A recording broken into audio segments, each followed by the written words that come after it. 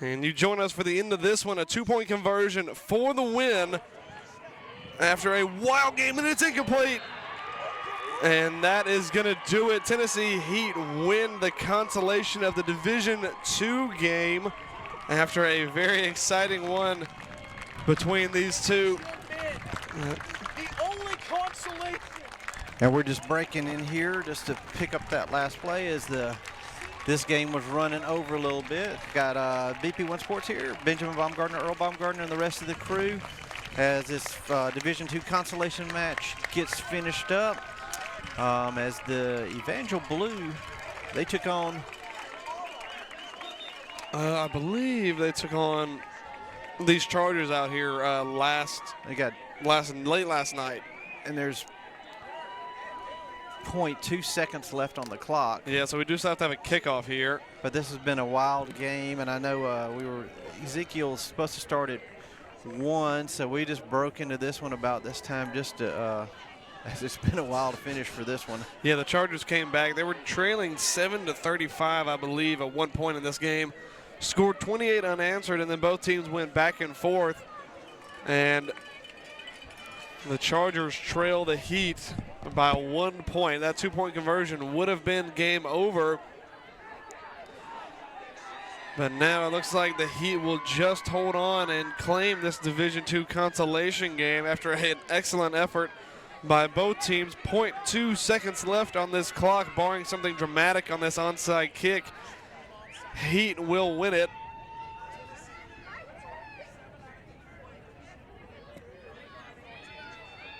The Heat stepping up, waiting for this onside kick. And the kick is off, just going to lift over the heads of everybody, and it is claimed, and a knee will end this football game. It was an exciting one.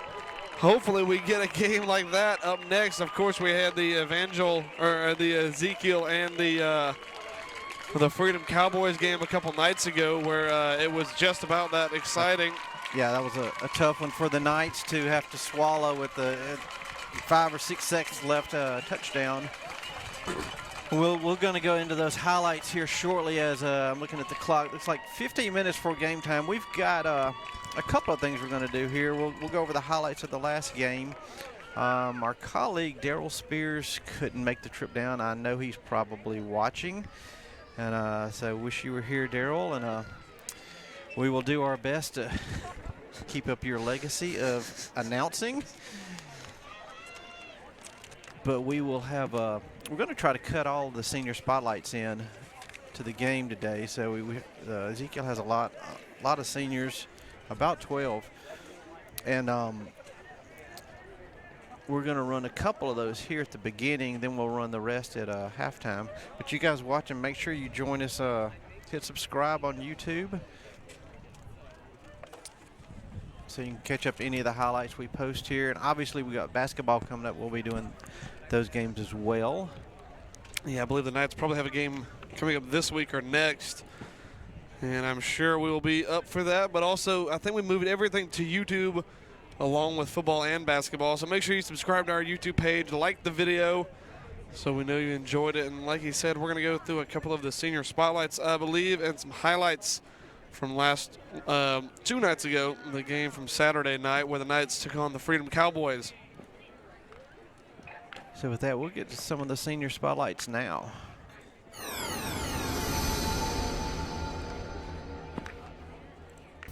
Elijah Ward, 20, cornerback, Ezekiel Academy.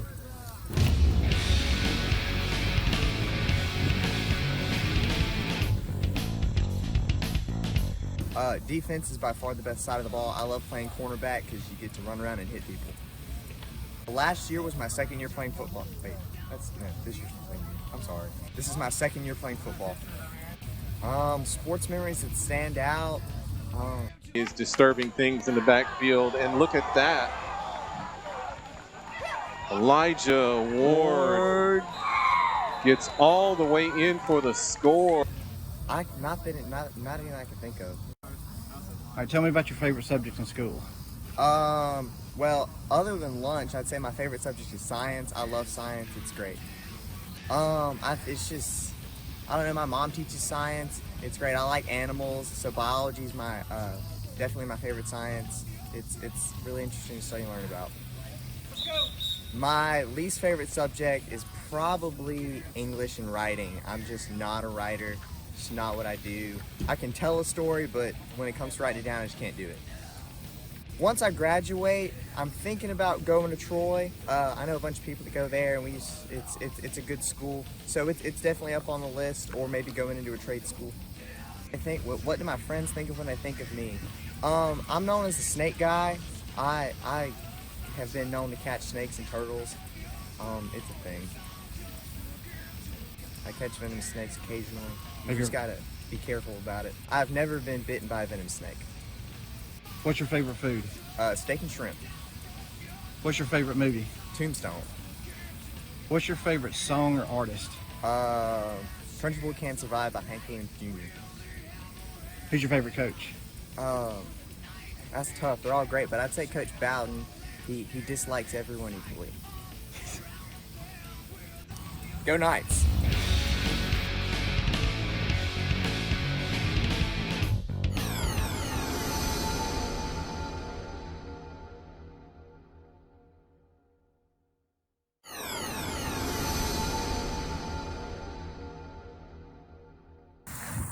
Corey Murphy, number 7, Ezekiel Knights.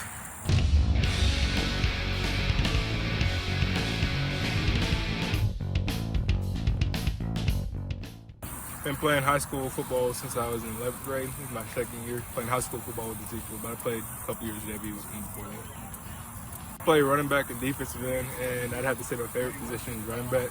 Just like running the ball, trying to run through people. Winning state last year, that was a big thing because it's the first time it's been done in Ezekiel's football history, at least for varsity. And then also going down to Panama City to play in the tournament was a big setting up thing for me from last year. I play basketball as well, kind of like that. It's about the same with football. They're both fun to me, and it's like being active and playing basketball and football. I mean, not for real. I like studying my film and then just, I guess, working out and working, making some money. My plans to go to Southern Union for my first couple years to get a degree in physical as a physical therapist, and then transfer to Auburn for my last 2 to get my bachelor's degree from there. My baby brother calls me Coco, and that's kind of just went from him to all my friends now call me that. What's your favorite food? Ooh, I'd have to say just a regular American food, as in cheeseburgers and wings. What's your favorite movie? Ooh. Not a favorite movie, but my favorite show's Outer Banks. What's your favorite song or type of music you listen to? Everyday life, I like my country music, but getting pumped up for football, I gotta have some little baby and all of them. What, if I have to ask, who's your favorite football team? Auburn Tigers, yeah. Got sick of them. And who's your favorite coach? It's gotta be Hunter. Not specific which one, just Hunter. Go Knights.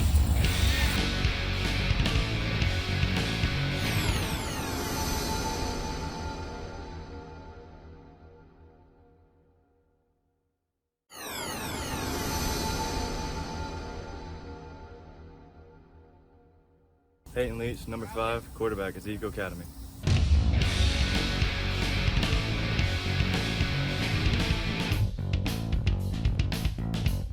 I started when I was a freshman as a little scrub, and I had to work my way all the way up through senior year, and that's where I'm now. My favorite position would be safety on defense, and I play safety and quarterback. I feel like it's a little bit stressful coming in as a first-year quarterback, but I think I can manage.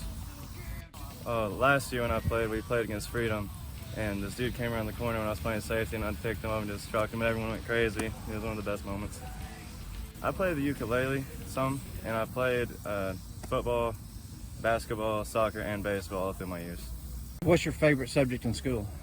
It'd have to be science. I just like learning about all that stuff and microorganisms and everything about that. What's your least favorite subject in school? Probably math, because it's too much. There's too many numbers.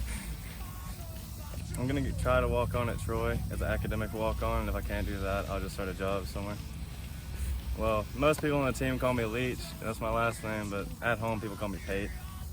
Not a lot of people know, but I started out was like 130 2 years ago, and now I ended up at 230 weight-wise about a year ago. Now I'm down to 200. Just like dramatic changes. So what's your favorite food? Steak. What's your favorite movie? Ooh. Probably The Lion King. Just, you know. What's your favorite song or artist? Where'd All the Time Go by Dr. Dog. Who's your favorite coach? Coach Bowden. Go Knights!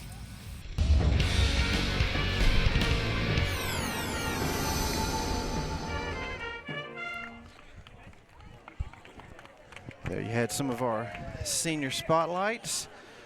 We'll get try to get the rest of those in at halftime. As you see, Golden Eagles warming up to our left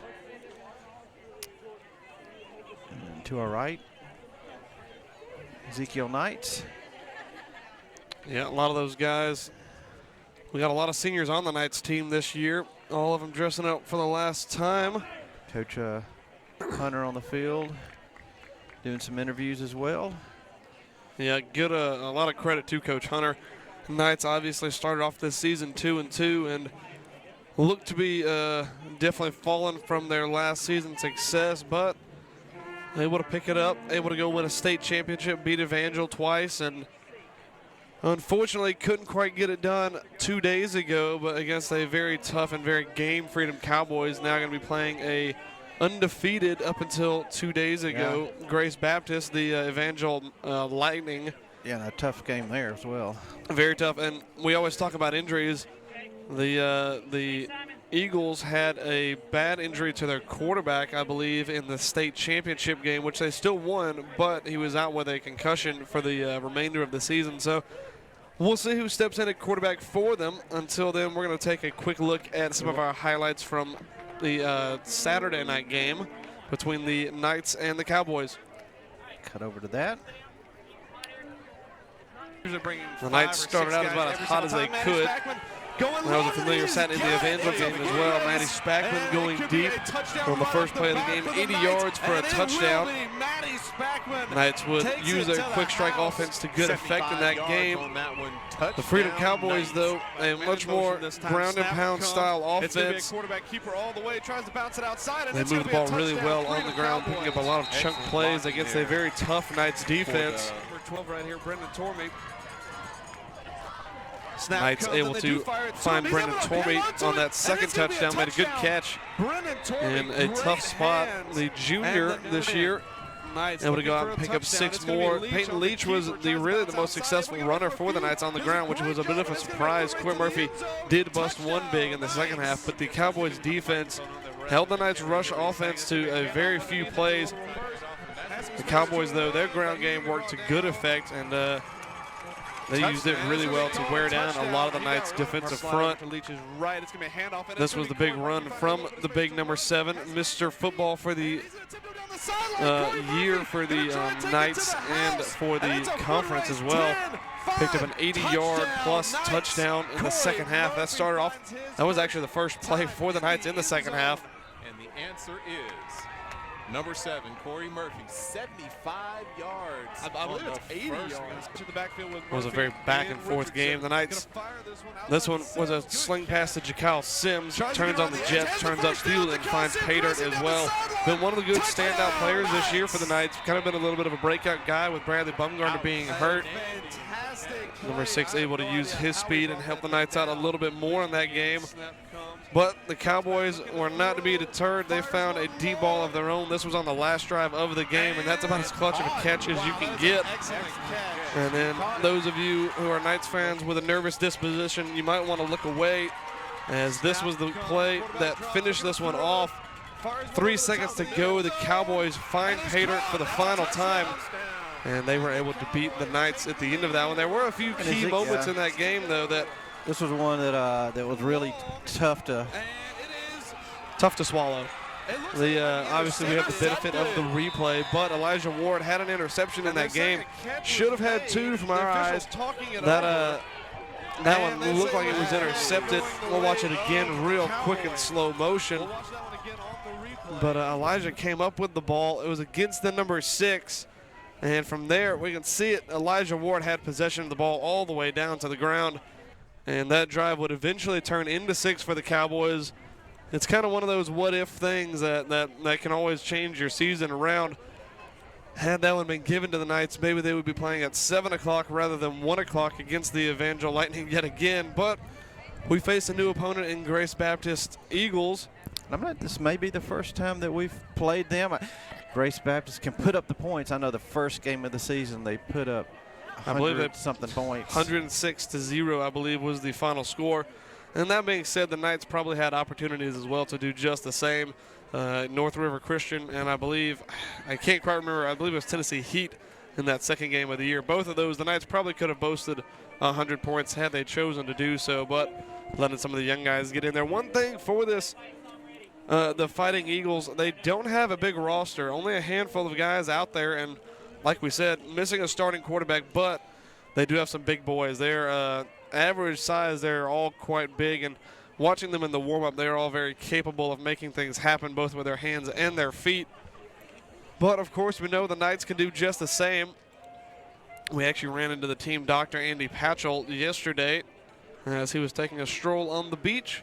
We talked to him a little bit about seeing how the team was health-wise, because playing 2 games in 2 days is not an easy thing.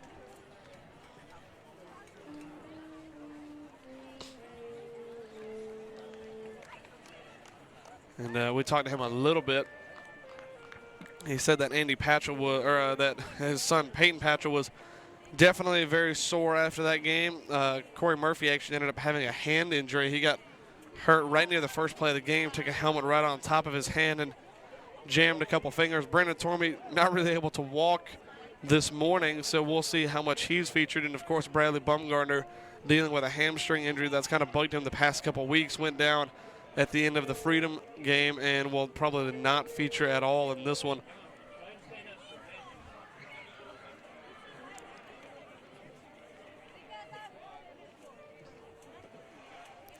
As we get set here as the Eagles getting ready to run onto the field. Coach Hunter talking with the ref. Team captains coming out for the Eagles. Only one of them. It'll be Mason Long, the senior. And the one thing with the Eagles is they have a band. They do have a band. I haven't heard them yet, so I'm not sure if they're here, but they were impressive the last game. I secretly hope that they are here.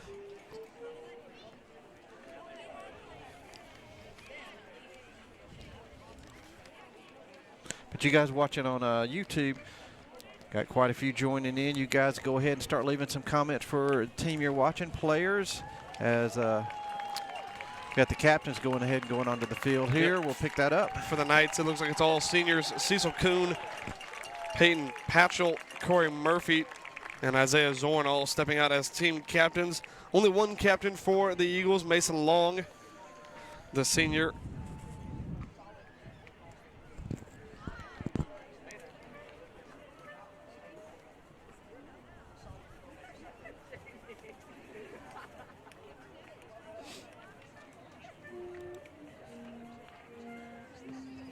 One thing that I did talk a little bit over with one of the players from Ezekiel, we talked a little bit about in 8-man football, it's very hard to have, capable defensive backs.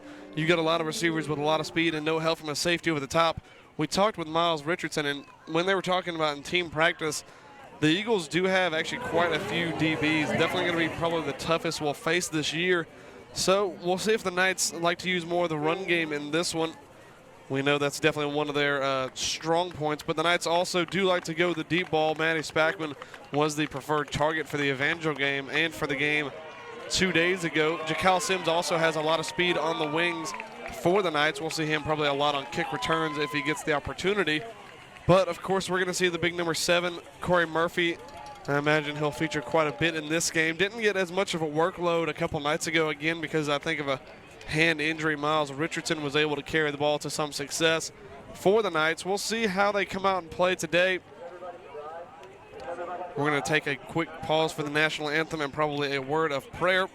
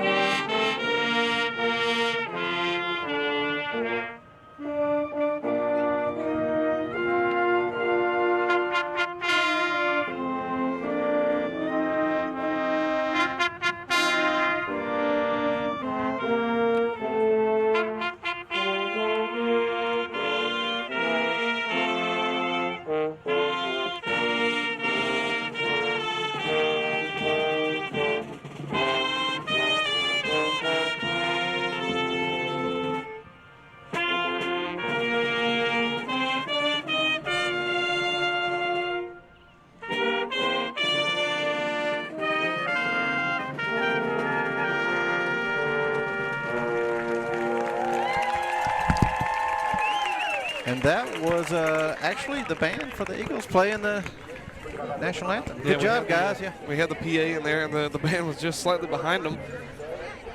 But it's always fun to have a I think we had a pretty good coverage of it. We're going to say a quick word of prayer, and then we'll get to the ball game.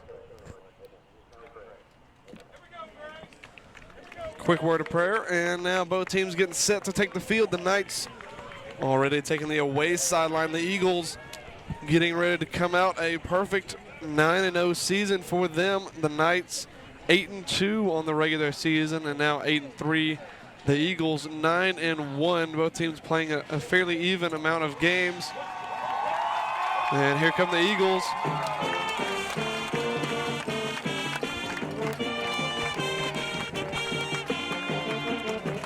Said got a lot of size on them, a lot of seniors on this roster, but also a lot of freshmen out there as well. We'll see who all gets featured in this one. Of course, for the Knights, you know, you're not playing for a national championship like you did last year, so that's a little bit unfortunate for them, but motivation is going to be for all those seniors out there. Last time you get to dress out with this group of guys, and you want to make sure you make it count. Yeah, I'm sure for both these teams, it's especially coming 2 days after a game. I know these guys were, both teams I'm sure were beat up. Players were beat up, and you're coming back out after a tough loss. Yeah, tough loss for both these teams as well. But I'm sure the coaches have got them ready. I'm sure the guys are ready. Both teams want to go out of here with the win as we're about to get underway. Yeah, and for the Knights, obviously we got to watch that whole game against Freedom. Freedom play a very physical style of football, very much run it down your throat. And I don't know as much about these Grace Eagles, but of course we know Evangel, they play a very stiff style of football as well. So both sides probably going to be a little bit beaten and a little bit bruised, but we'll see if motivation can bring them through this one. As Grace set to kick off and get us underway here.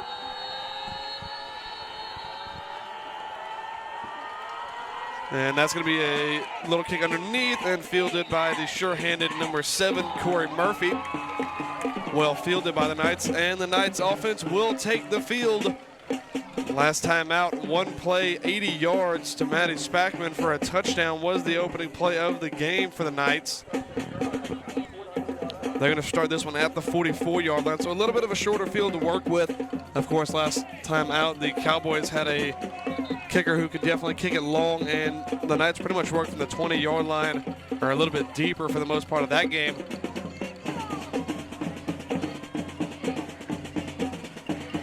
The Knights with trips to the near side. It's Corey Murphy, Brendan Tormey, and Maddie Spackman. A speedster, a guy with some good hands, and of course the power back in Murphy. Peyton Leach, the low man in the backfield. Murphy comes in motion. Snap comes, handoff up the middle, outside, and Corey Murphy has a chance to bust one early.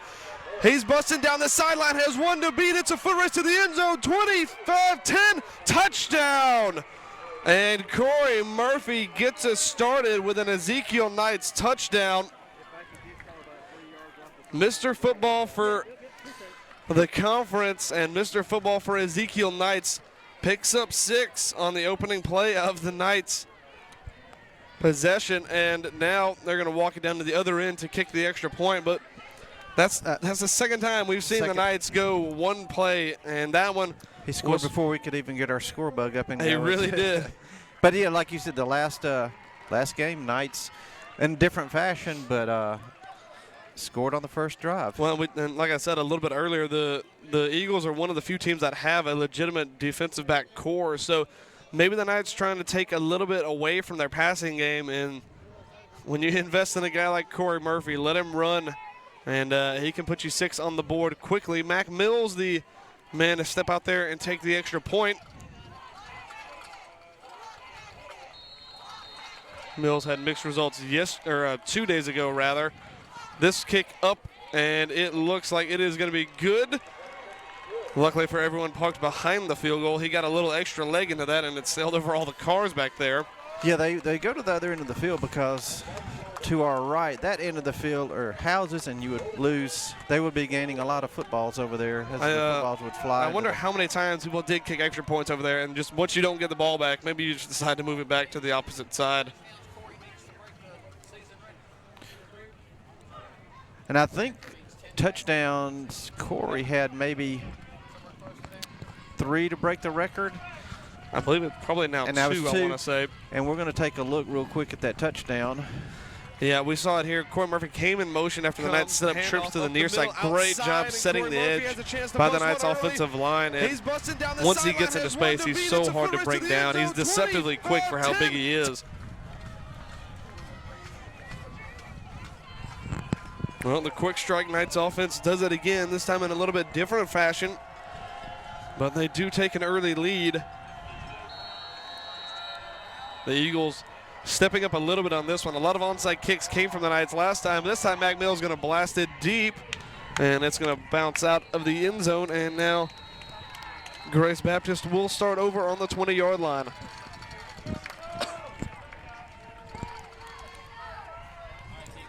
Yeah, you wonder if Ezekiel's going to kick deep today more than the onside kick or squib kick. Yeah, they were able to recover one last time out, but whenever you play against a team, especially like Freedom, who like to ground and pound, they only had short fields to work with, about 60 yards every single drive. And the Knights were able to hold them on a handful of occasions, but for the most part, the Cowboys were able to take advantage of it.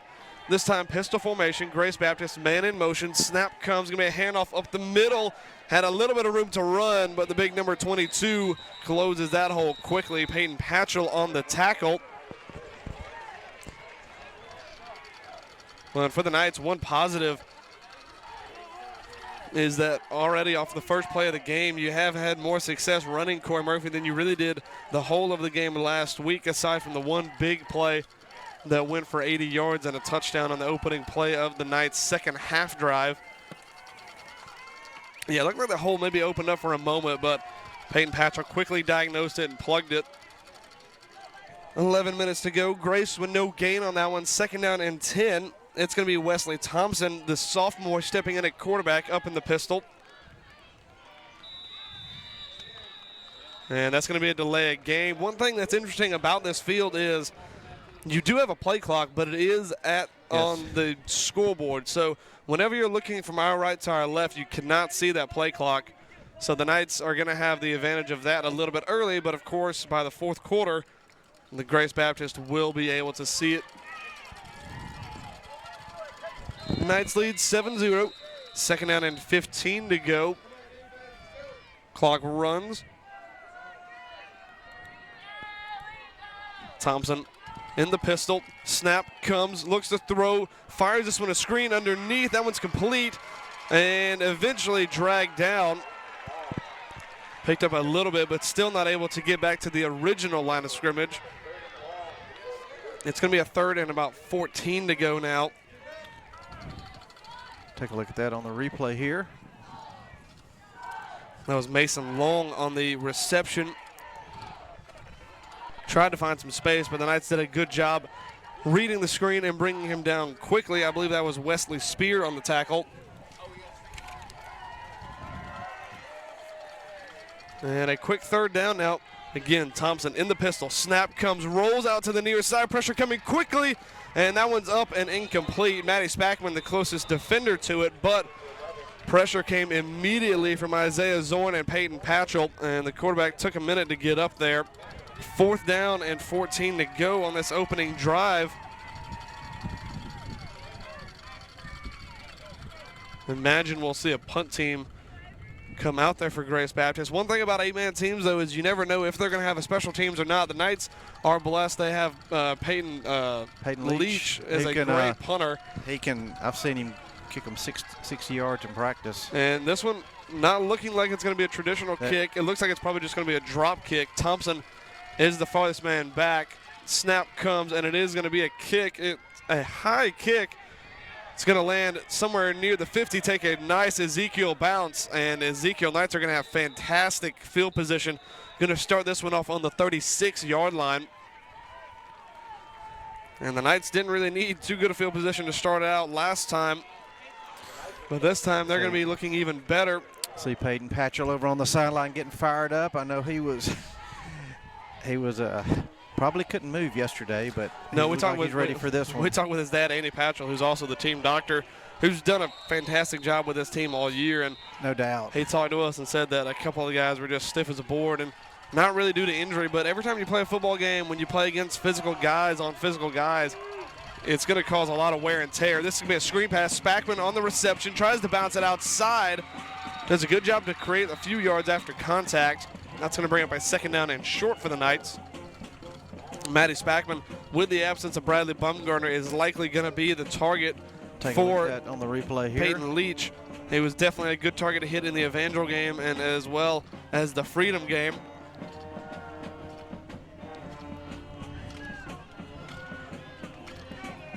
Brendan Tormey this time set up in the slot for the Knights. Spackman out to his right. Corey Murphy and Peyton Leach in the backfield. Brendan Tormey, the man in motion. Snap comes. Going to be Murphy underneath. Chopped down hard. It's going to be close to the 1st down. We'll see where they decide to mark it. That's the only way you can really tackle that big man, is to stop him early and hit him down low. We'll see where they end up marking this one. It's going to be a 3rd down and about a yard.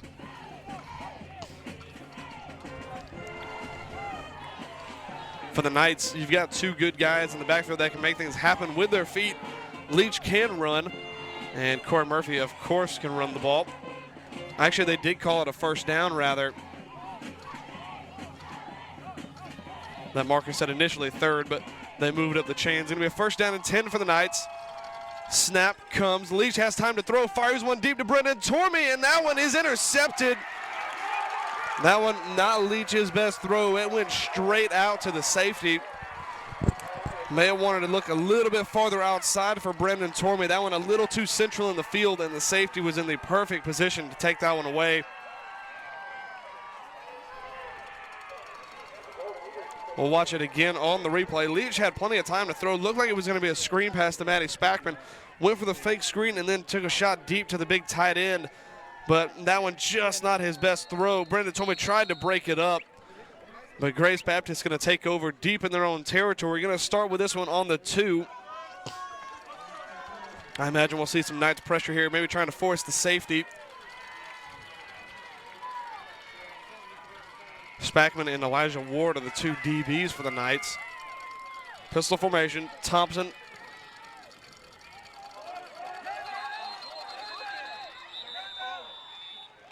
And a not entirely sure what the call was. Not sure what that looked like. A timeout maybe called. I didn't think the. I think that something went wrong with the clock.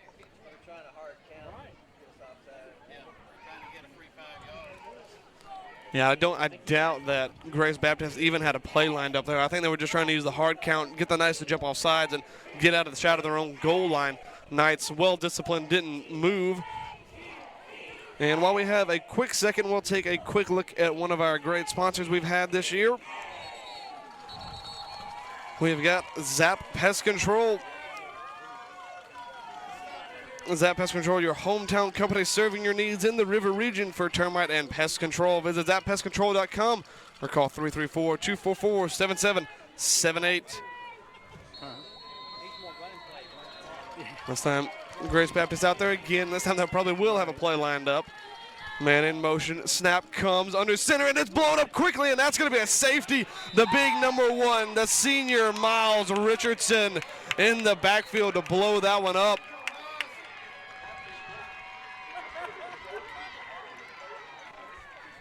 And Miles Richardson been a fantastic addition to this Knights defense this year. Been a very consistent player all the way through. 1 player of the game on that 2nd game against the Tennessee Heat and never really looked back.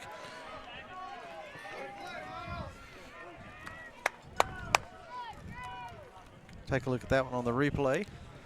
Yeah, we'll see that handoff a little bit delayed. Whenever you're that deep in your own end zone, you got to get it moving a little bit quicker than that. And of course, with a senior quarterback missing, maybe that timing is just a little bit off. Whenever you work with one guy handing off the ball all year, the handoff is about timing. And whenever you change up that formula a little bit, it can obviously throw some things off for this offense. And it should be a punt now.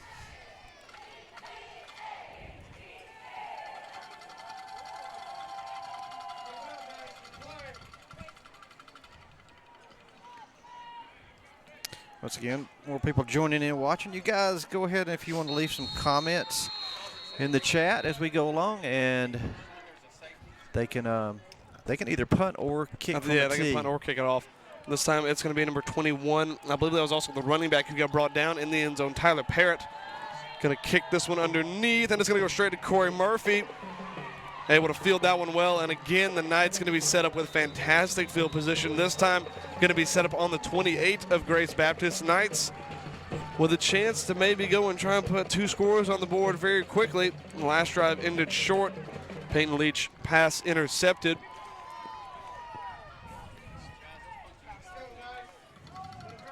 Obviously, whenever you're as beat up as both these teams are, playing a couple of physical games 2 days ago, the quicker for the Knights they can put up some points on the board and maybe relax a little bit, maybe the better. Because once the adrenaline kind of wears off in this game, you're going to start feeling the effects of not only this game, but the one 2 nights ago. Snap comes. Corey Murphy tries to roll outside. Big stiff arm, has the first down and more. Eventually going to be dragged down out of bounds. Mason Long on the tackle, but Corey Murphy, a wrecking machine like we know, has the first down, and the Knights now working up near the red zone. Taking a look at that. Yeah, look like that one could have been blown up quickly. That was Caleb Adams tried to come over, but Corey Murphy too strong and eventually dragged down out of bounds. The Knights now working from the 14. Going to try and punch this one in. Matty Spackman and Brendan Tormey, the 2 receivers. To the right, Murphy going to step outside. Now going to get the sling pass. Has a little bit of room, but that is quickly closed, and he's going to be brought down for no gain. Yeah, nice job by the Eagles to pick up on that one. Yeah, they might have called it for a loss of 1 on that one. Knights do a good job of using a lot of that pre-snap motion for a little bit of eye candy and maybe a little bit of misdirection for other teams. That time they did fire it to Murphy, but Grace Baptist did a good job closing that one down. Snap comes, going to fire this one. Spackman, the receiver, has Brendan Tormey ahead of him blocking. Able to make a cut inside, makes 2 men miss, and Matty Spackman is in for another Knights touchdown. Great job by Matty Spackman finding the space underneath. A quick screen pass from Peyton Leach. And when you got the big tight end and Brendan Tormey up there blocking for you, he's going to create a lot of space. And the Knights rolling now 15-0. Yep, so they march it back down. We'll watch that on the replay here. Yeah, quick fire pass. Whenever you have Brendan Tormey out there, you can always use him as a target and throw him a 50-50 ball. But this time using him as a blocker does a great job to push the Grace Baptist player outside and give Matty Spackman enough space to find pay dirt. And Matty Spackman really always been a good player for the Knights, but this time now getting a lot of plays going his way because of the absence of Bradley Baumgartner. Knights trying to find a couple more targets. Him and Jakyle Sims both have been fantastic for the Knights this season. And Matty Spackman this time goes out and finds 6 more for the Knights. Matty Spackman also, of course, was the player of the game in that state championship game against the Evangel Lightning. Mac Mills set to kick this one away and could have been blocked, but it looks like the blocker ran past it.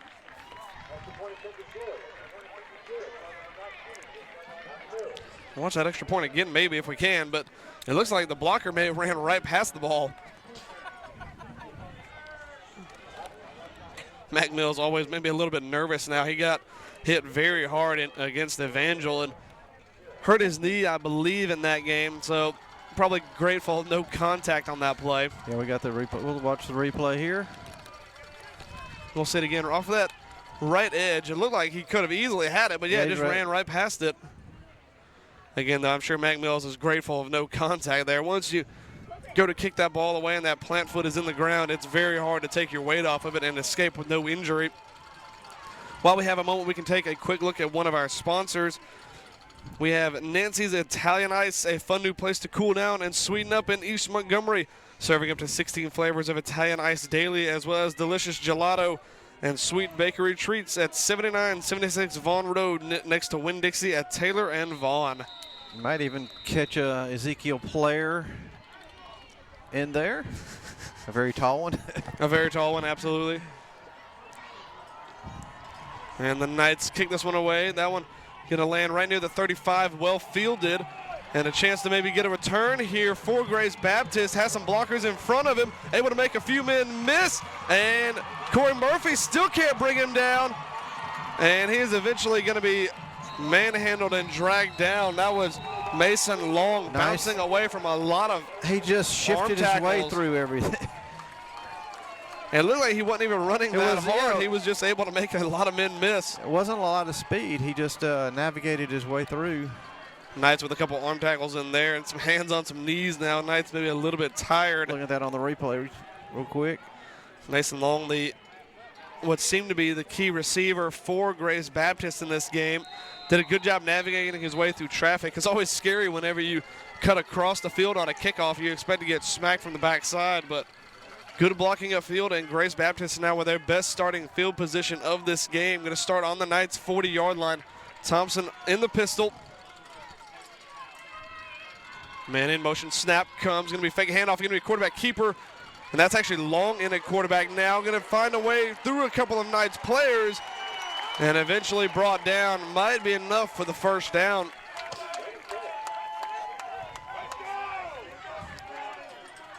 Mason Long making things happen with his feet. The big kickoff return, and then now the first down. There's the replay of that. Yep, he's definitely a little bit bigger than Thompson out there, and just able to use his feet, able to get away from Peyton Patchell and pick up a first down.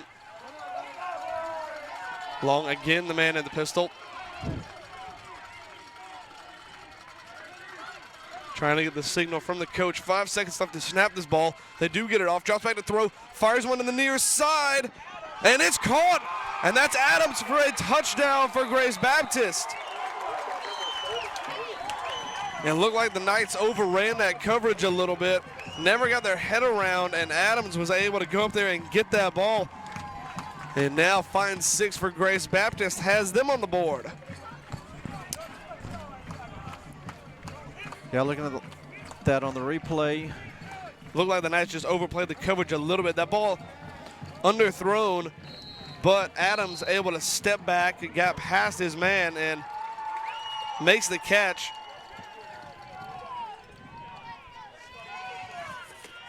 Good heads-up play by the receiver. So they go for 2 here. Yep, snap. Going to be quarterback keeper, well disguised, but brought down. That's not, and they do call it good, only just. He definitely paid a little bit for those 2 points. But now we have an 8-point game. Grace Baptist right back into this one.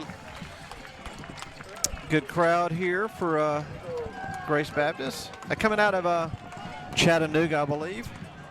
Yep, had an undefeated regular season, and as well, just like the Knights, they had a state championship victory.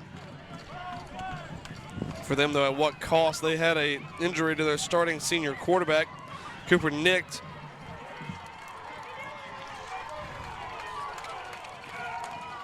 And now they're changed it up a little bit. This time Mason Long was stepping in at quarterback for them, and it seemed to work out fairly well. We'll see what they do for the rest of this game. I imagine we'll see a couple of change-ups, but now we'll see how the Knights respond.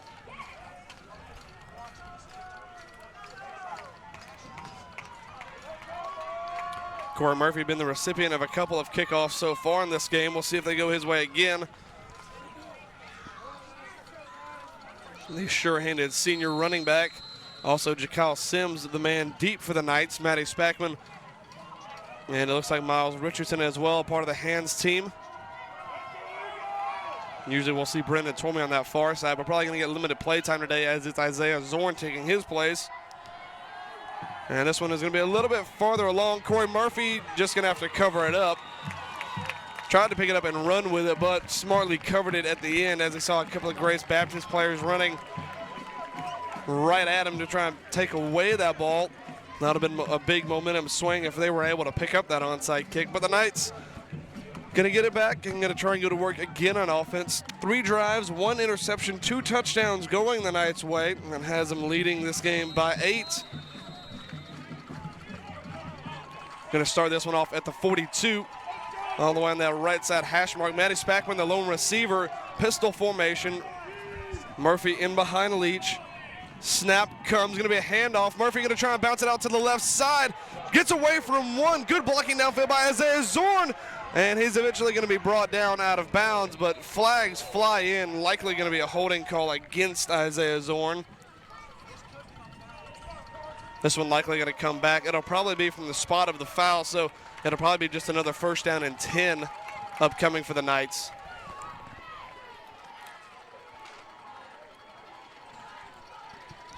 And it was a hold against the Knights. I believe Isaiah Zorn was the guilty party. And it's going to be a 1st down and 11 or 12 as they spot it from the spot of the foul.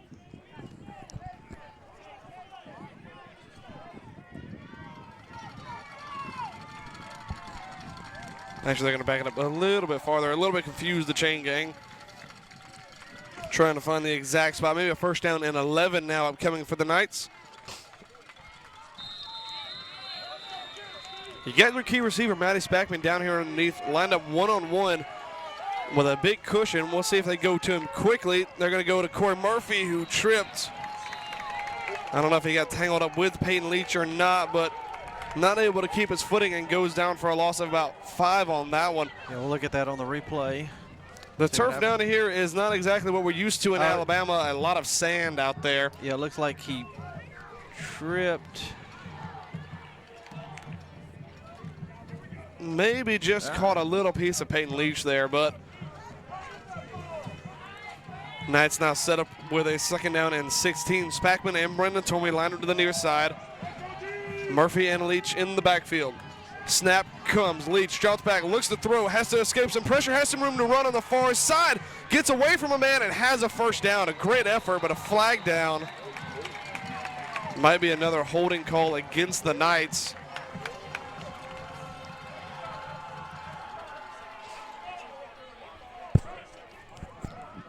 Pressure got to Peyton Leach there very quickly, able to make something happen with his feet, but this one likely going to come back for holding. And it is going to be a holding call against the Knights. 2 long rushing plays go their way, but now they're taken off. 2nd down and 25 upcoming for the Knights.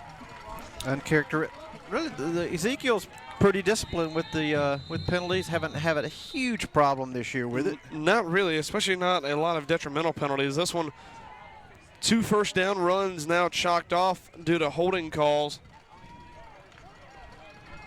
We'll see what the Knights draw up here. They're going to run the Wildcat. Corey Murphy, the low man in the backfield. Miles Richardson on the far side. Peyton Patchell on the right. Likely going to set one behind him, and it's going to be Murphy. Going to try and take this one. Finds a little bit of a hole. Bounces off a man. Has a great block from Miles Richardson. Has the 1st down. And that is a freight train and a half. Miles Richardson, Peyton Patchell, and Corey Murphy all crashing down on the right side of that line. Corey Murphy did a great job to bounce away from a would-be tackler and picks up more than enough for a Knights 1st down. One thing we see tonight that the Knights just were not able to get rolling yesterday or 2 days ago was the run game. This time, just able to be a little more physical than Grace Baptist at the line. I think where Grace Baptist win this game against Freedom, though, is they've got just a much better defensive back core. They've already got 1 interception today. Again, the Wildcat lined up. Miles Richardson comes across in motion. Snap comes. Murphy going to go the other way now. A great job by Peyton Patchell to step up and make a couple blocks. That's going to be, should be a horse collar tackle. No flags, though, for it. A little bit surprising there. We'll watch it again on the replay, see if we can't maybe see what piece of the jersey the referee thinks he got. We see a little bit of a different design, though. We'll see. Watch Peyton Patchell on the near side. He cuts back around. Oh, that was the last play. Give him 1 second. We'll see if we can't pull that up.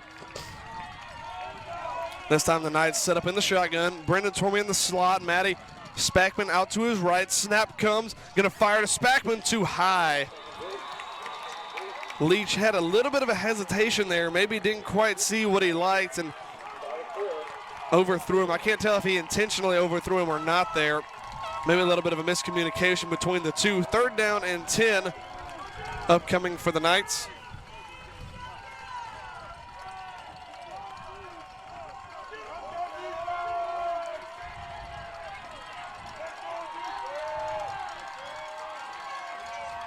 Knights again. Brendan Tormey, the man in motion. Snap come.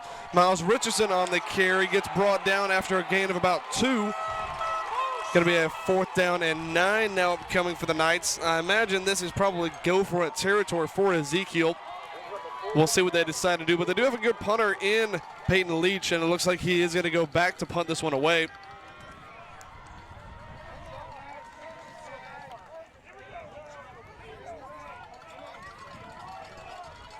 Leach been a great punter this year for the Knights. This one maybe not quite as much about distance, maybe a little more about accuracy, as they have nobody back for Grace Baptist to field this one. Snap comes, and Leach is going to keep it. It's going to be a fake. He has a lot of room to go, but he's got some space to run. Peyton Leach gets the field, has the first down, and more. Peyton Leach trying to find the end zone 5, and he is going to be brought down just outside of the goal line. A bold call by the Knights pays off and has the Knights working from 1st and goal. Peyton Leach, it's always dangerous when you have a dual threat guy like that. He can boot the ball long, but the Grace Baptist was playing safe, but even then they were just still not able to bring down the big number 5. We'll watch that one again on the replay. It looked like they had him right near the first down marker, but they were able to get him out of bounds right at the 1. And the Knights knocking on the door yet again. 1st down and goal for Ezekiel. This time they're going to run the double wingback formation. Miles Richardson, the man in motion. Snap comes, and it's going to be a handoff underneath. Jakyle Sims couldn't find a lot of space there. Well done by Grace Baptist reading that one quickly.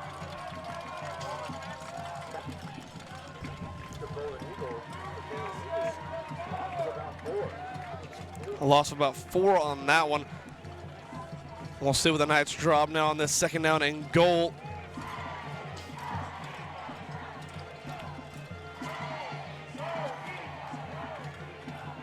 Brendan Tormey was checking off. Knights only a few seconds left to get this ball lined up and snapped. Probably going to have to use a timeout here as they have about 5 seconds to go. And they're not going to get this one off in time. And timeout called by Ezekiel. Just seemed like they couldn't quite get the play called out quickly enough, and going to burn a timeout rather than take another 5-yard penalty. Knights with a bold call on that 4th down and 9. It pays off well, and the Knights knocking on the door. 2nd down and goal to go from the 5. We'll come back to that in just a moment. We can take a quick look at one of our sponsors. We have got Stone Martin Builders, building neighborhoods that will last for generations, providing a team of professionals whose goal is to exceed the home buyer's expectation, guiding you from start to finish. New communities being built now through Central Alabama and the Montgomery area.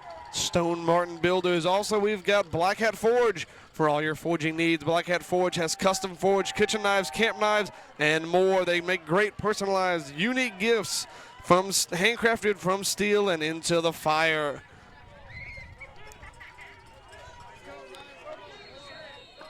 Knights trying to punch this one home. This has been a little bit of their bread and butter this season.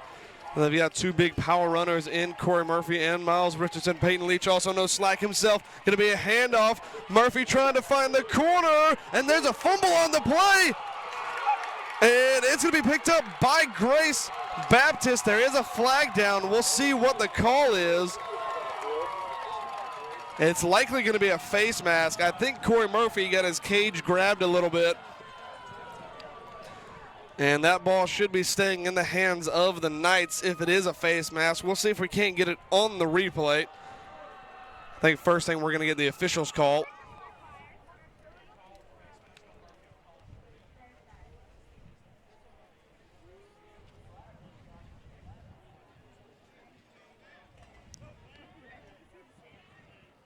And that's going to be a face mask called against Ezekiel. I think Corey Murphy maybe had a piece of the cage when he went for a stiff arm. We'll watch it again on the replay. I don't see much in that. Could have been shout for a horse collar tackle. It didn't look like there was much of anything in either of those. See there at the end going out. He may have got a hand in there, yeah, but The Knights not able to score after a great 4th down call on the 4th down and 9, and now a chance for Grace Baptist to maybe try and tie this one back up.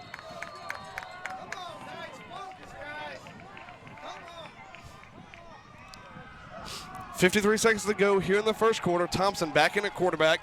Pistol formation. Snap. Thompson looks to throw, goes deep, and he's got a man! And it's going to be a touchdown for Grace Baptist, going to go all the way.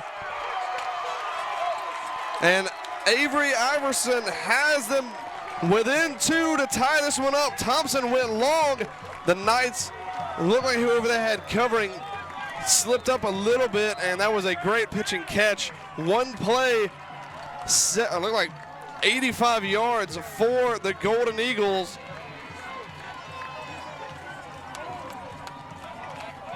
And now a chance to tie this game up. Take a look at that on the replay.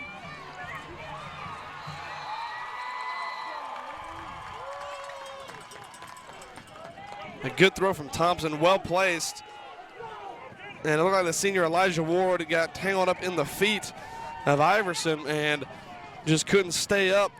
2-point conversion upcoming. That snap a little bit off to the side, and gonna able to cut away from 1, 2, has a chance, and he is in.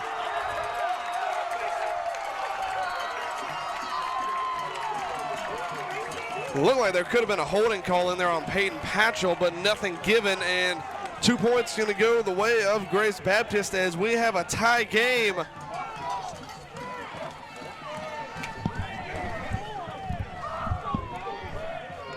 We'll see if we can see that 2-point maybe again on the replay. We'll go back and look at that, the touchdown again. We didn't get a chance to watch all of it, but big play here for the Eagles right after the fumble. Yeah, right after the fumble, defense made a good job getting a stop, and then the offense helps them out with a touchdown, and we have a tie football game as we have about 37 seconds to go here in the first quarter. Elijah Ward just tangled up a little bit in the feet of Iverson, and he was able to take that one to the house uncontested. Elijah Ward been a great player this year for the Knights. Yeah, he's kind of an unsung hero. I mean, interceptions. He's had some big. He's not a huge guy, but he's had some big hits. Made some good plays. The knockaway in the championship game. Yeah, absolutely. And he had the interception late for the Knights. He just sneaks up on you, and you don't know he's there. And usually very reliable player. That time just a little bit unfortunate. And we have a tie football game. 37 seconds to go here. This kick squibbed down. Going to be Corey Murphy going to pick it up. Has a little bit of space to run. Bounces away from 1, trying to find the corner. Well covered, though, by Grace Baptist. Still Corey Murphy powering forward. Gets down now near midfield.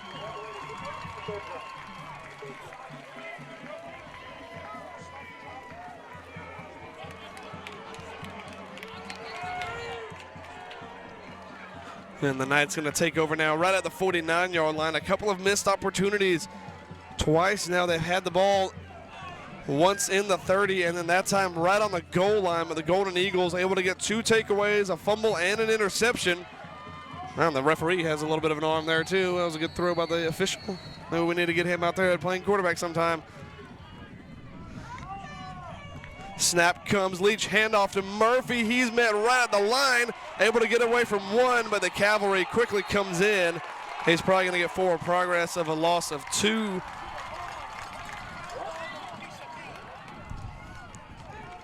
And that might just do it for the first quarter of this game. 4 seconds to go, and the Knights gonna flip the field. Not a long way to go, but Grace Baptist battles back from what looked like it could have been a runaway game for the Knights, and they are right back into it. This one tied at 16. Looks like we could have another close game on our hands. But before we come back, we're going to take a quick look at one of our sponsors. We've got Tallahassee Superfoods, located in Tallahassee, Alabama. Locally owned and serving the area for over 50 years. Low prices and hometown service with 2 locations. Visit Tallahassee Superfoods on Facebook or find them at Tallahassee Superfoods. Also, we've got Gray's Tire. Grace Tower offering service for over 20 years, family run and with friendly full service with 6 locations from Prattville, Montgomery, Auburn, Wetumpka, and now Tallahassee. There's a Grace Tire near you. There is a Grace Tire near us. We've passed 2 of them. We use them quite often too. Yeah, we do. Great people down there. Knights trying to get back underway here. Had a little bit of a lull.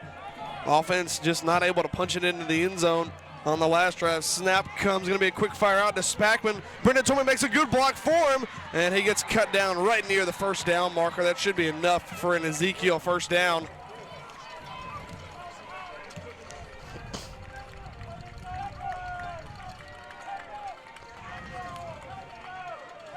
Well, they caught him way short of the marker to gain. That is a very questionable spot.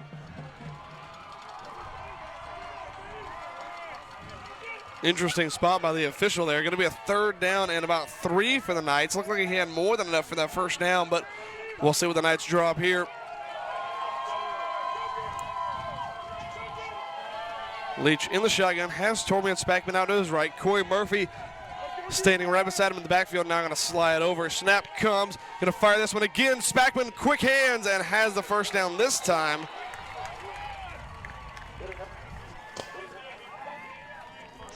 Good quick fire play from Corey Murphy, or from Peyton Leach to Manny Spackman there. Yeah, looking at that on the replay, I know Leach is working, getting the ball out of his hands quickly.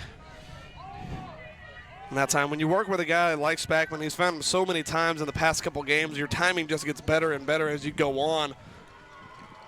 And for the Knights, that timing working really well so far in this one.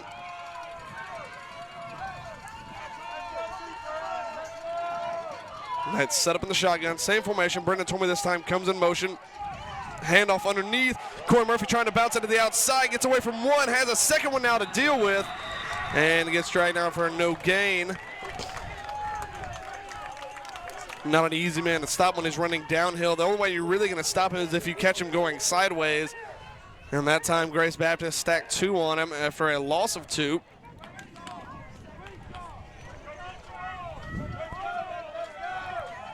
Knights 2nd down and 12 upcoming.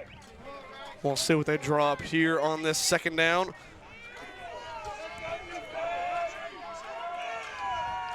This time it's Kyle Sims out there to the right of Peyton Leach along with Brendan Tormey. Snap comes. Going to fire this one to Tormey underneath. Trying to get away from one. Can't quite do so. He's going to be dragged down for no gain on that one. Going to be a 3rd down and 12 for Ezekiel. That time trying to find Brendan Tormey on the screen. Yeah, good coverage there as we watch this by the Eagles. Yeah, we talked about it a little bit before. The Eagles have a good defensive back core, so deep balls aren't going to work as well against them. Knights trying to find some of this soft coverage to maybe fire one over the top eventually. And Brennan, who's good for 3 yards if he just falls down. And that one deep and intercepted, incomplete. Should have been another interception for the Eagles. That one thrown right into the hands of Brock Passons. Like we talked about, again, this Eagles defensive back, they've got a great set of defensive backs and safeties. And that time they nearly come away with another interception.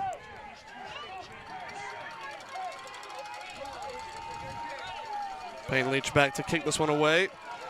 Not likely to be a fake again, but we will see. And that is not his best effort. Barely makes it past the first down marker. Didn't really get all of that one.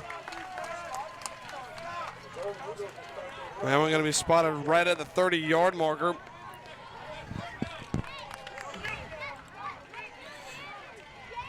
Once again, you guys watching on YouTube, go ahead and join in and chat or leave some comments. Give a thumbs up if you're liking the stream. Let us know where you're watching from. Sometimes we've had people from all over the world watching. Had people from England. We've had people on airplanes to watch them before. Thompson drops back, looking to throw. Pressure coming quickly. Screen underneath. Well caught. Able to get away from a few. Isaiah Zorn in pursuit. It could be a foot race down the sideline and eventually out of bounds. We'll see where they end up marking this one. A well-designed screen pass.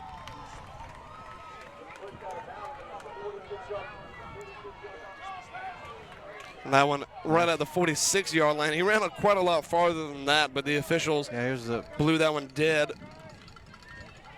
Actually, they mark him down right near midfield, actually. Going to be at the 49 of Grace Baptist. Thompson again in at quarterback. Started out a little bit shaky, but has had a good couple of possessions recently. Snap this time overthrown and nearly intercepted. Jakyle Sims had hands on it, and you know if he takes that one, it's going all the way back to the house. Both these teams battling it out for momentum at the moment. We'll see which of the two can. Looking back on the replay at how close he had that. Yeah, just a little bit overthrown of his receiver. Thompson nearly intercepted. Sims, a sure-handed receiver and cornerback for the Knights. Very young player as well, and as quick as lightning. Snap comes again, looking to throw, fires deep, and that one incomplete. Elijah Ward in a good place that time.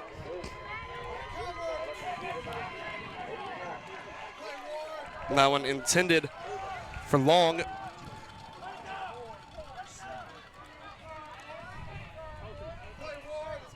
I feel like whenever you get defensive backs, they're kind of the less you hear about them, the better they are, because chances are, like when you're playing against a good one, quarterbacks aren't really going to target the receivers that are being covered by players like that. This one, though, Mason Long and Elijah Ward going to have a good battle for the rest of this day. Snap comes, pressure comes quickly, screen pass underneath, and he's going to be dragged down short of the first down, but a chance to go for it here. Going to be a 4th down and about 4. Again, that screen pass working effectively for Grace Baptist. We'll see where they spot that one.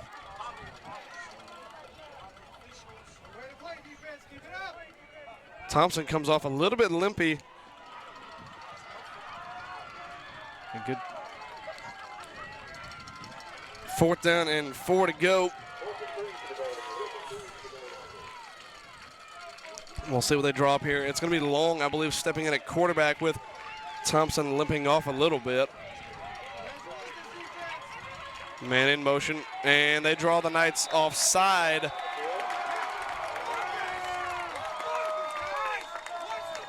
And good job using the hard count by the Eagles to draw the Knights offside, and they get a free 5 yards and a free 1st down.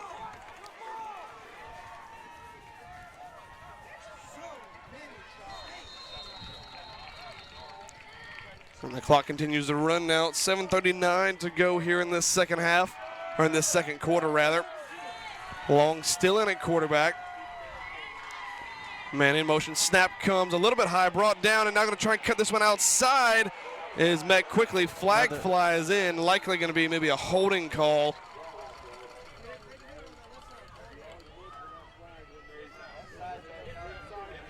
We'll see what the official says.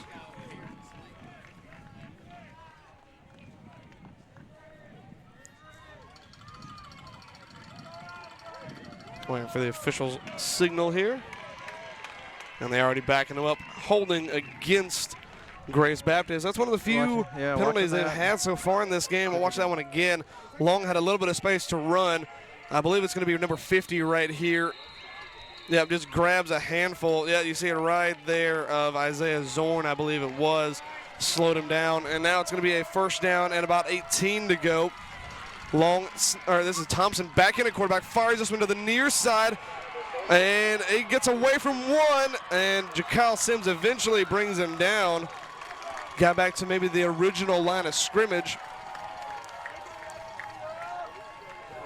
Now it's Caleb Adams on the reception. Got enough, going to be a 2nd down and 8 now. Got about 10 on that one.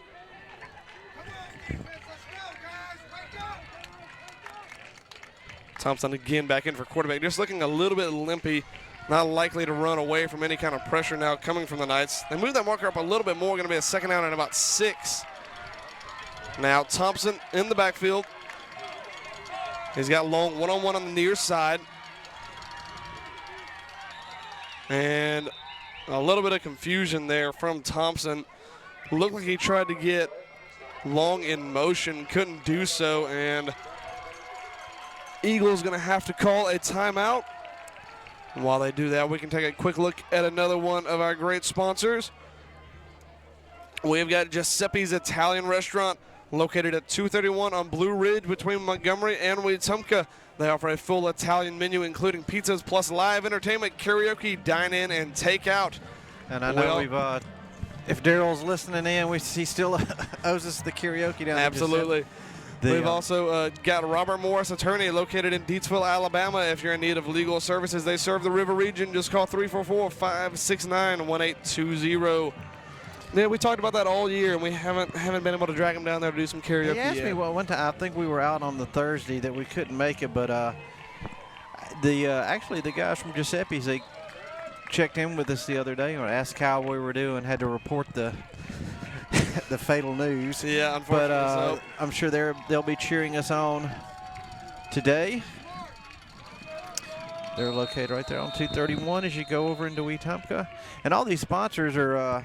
What they're sponsoring is they're helping out the team here, so go support them as they support our team.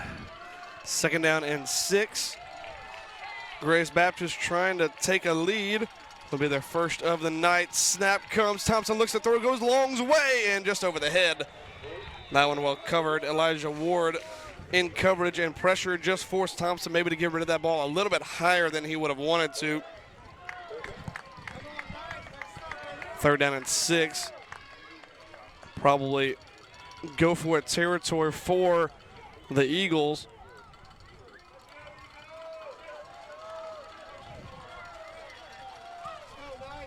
.6:13 to go here in the second quarter.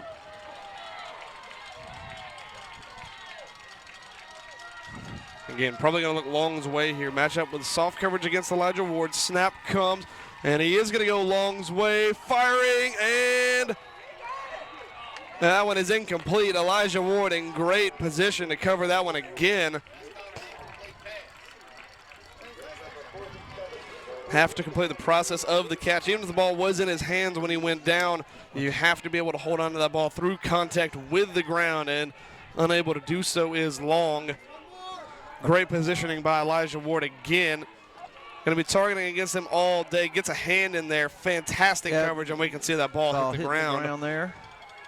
4th down and a big one upcoming for Grace Baptist. This time Long off the field. Thompson in the pistol. Snap comes. Drops back, looks to throw, screen again. And this time well diagnosed. Isaiah Zorn quickly in there.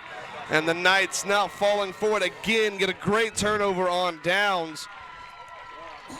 We'll have to give some kudos to our camera guys. Those guys have been able to get some good shots, and just like that one, that is a tough shot to film on the camera and try to follow a play and focus in on it. And I feel like they've only gotten better as the years have gone on. So if you guys give a shout out to the camera guys, because they are. You're only on about 1/3 the time, and you're trying to catch the whole game, and you got to watch it through a little tiny screen. Watch it through a tiny screen in the sun. Knights with possession yet again, going to start at their own 35-yard line. Miles Richardson back there with Peyton Leach, gets the handoff, tries to bounce it outside, has a little bit of space to run, runs through one man, still on his feet. Miles Richardson has the first down and gets slung down out of bounds. Good, strong running by the senior number 1, Miles Richardson. Watching that on the replay. Only his first year with the team, but he already feels like a bit of an emotional leader for this Knights squad. Definitely a very vocal player. And he certainly loves playing with these guys out there on the field, but been a great addition to this team. Shotgun formation again for the Knights. Leach in the backfield, Richardson to his right. You got Spackman and Tormey stacked on the far side.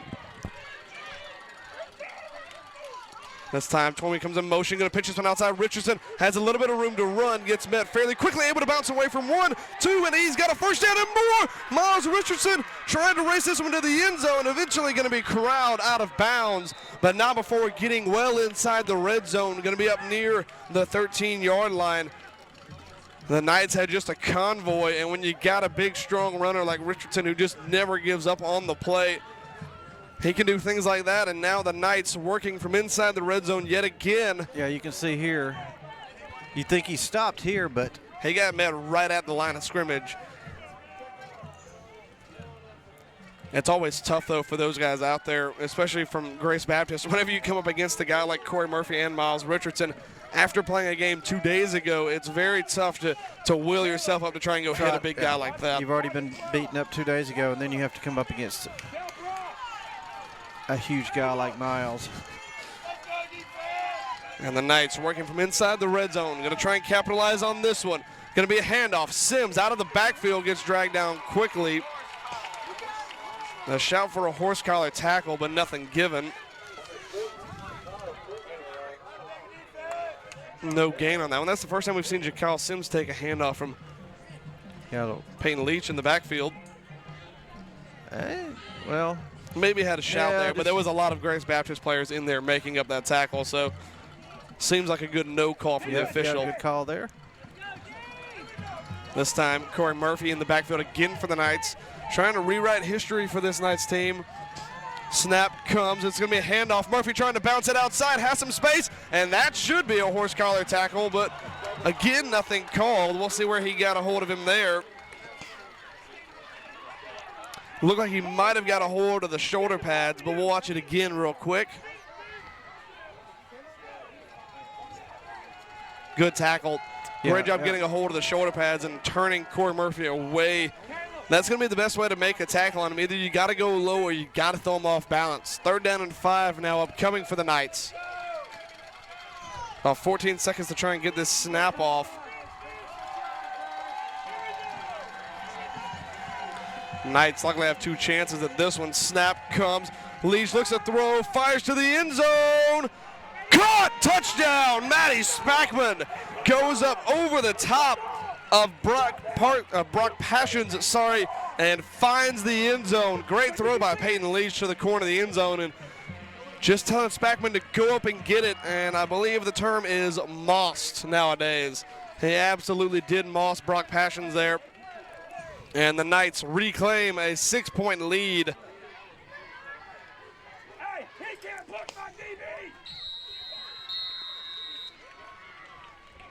Usually you'll see that play thrown to the big number 12 tight end, Brennan Tormey, but that time going Spackman's way.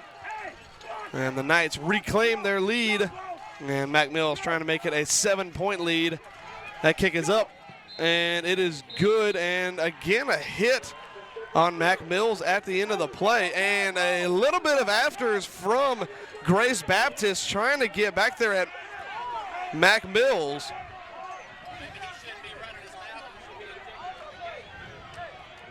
Well, watch that again. That was number 11, Cole Mason, going at Mac Mills. And when you're a kicker, you say, you don't really have much to do with the play for the most part. He definitely got hit after that kick was away.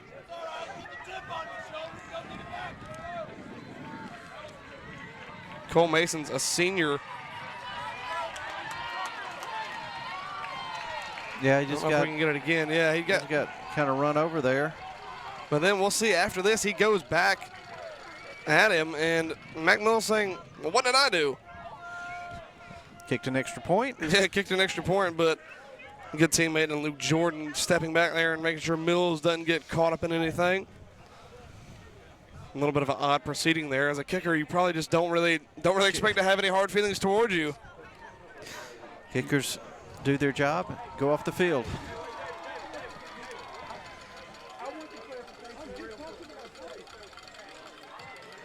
And the referee is talking a little bit now with the coaching staff of the Grace Baptist Eagles, maybe talking something over, maybe just saying we don't really want to have a heated game here. It is a consolation game after all, but of course, players that are seniors like Mason out there.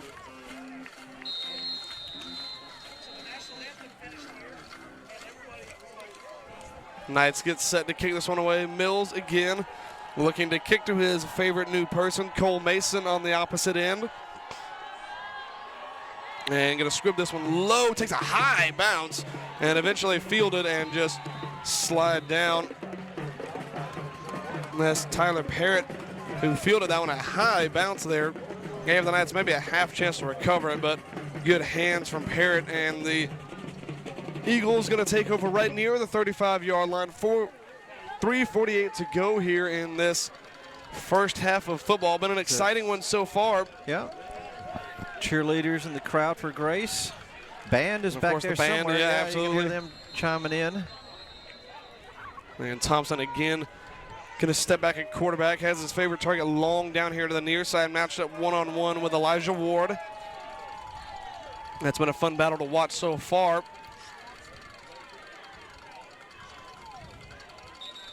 And you're going to have to take a timeout. Again, I think that Grace Baptist were trying to use the hard count and draw Ezekiel off sides, but Ezekiel this time, discipline didn't fall for it.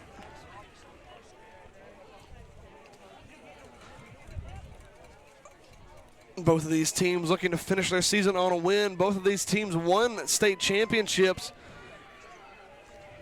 And it's even though it's not a national championship game, it's state champion versus state champion. So no doubt a lot of skill out there on the field, albeit a little bit beat up and worn out skill. But both of these teams very much game. Again, Grace Baptist finished their season undefeated. The Knights finished at 8-2 with a win against Evangel in the state championship game. And as we chimed in on this broadcast, an exciting game right before I think we got the last play. We just decided that game played over a little bit, so we decided to come in as that one came down to the last second. Yeah, about like our game did against Freedom a couple of nights ago. That one, it's much funner to watch it as a neutral, I'll say. Yeah, we said that game would have been a lot more enjoyable to cover if you didn't have a dog in the fight. That's right. Both of these teams a little bit beat up for the season, though. Obviously, Bradley Bumgarner missing this one, a senior, and a counterpart, Cooper Nicht, the senior quarterback, couldn't make it for Grace Baptist. So some beat-up teams. Long going to roll out to the near side, has some space, and going to decide to tuck it and run. Peyton Patchell can't bring him down. Elijah Ward forces him out of bounds, but Long has the first down, going to be marked right near the 50.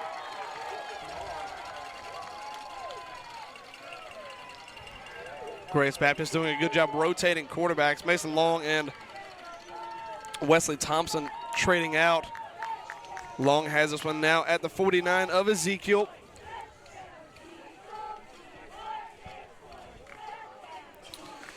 It just turned out to be a great day for football. That's about as good as it gets. Yeah, most of our games, other than one, I think we've had really good weather. Yeah, we did have to call one from the car, unfortunately, but for the most part, it's been pretty darn good. Tyler Parrott this time sliding out as a receiver. Long going to take the snap, going to try and roll out to the far side. Pressure coming quickly, and he's able to get this throw away, but it is going to be incomplete.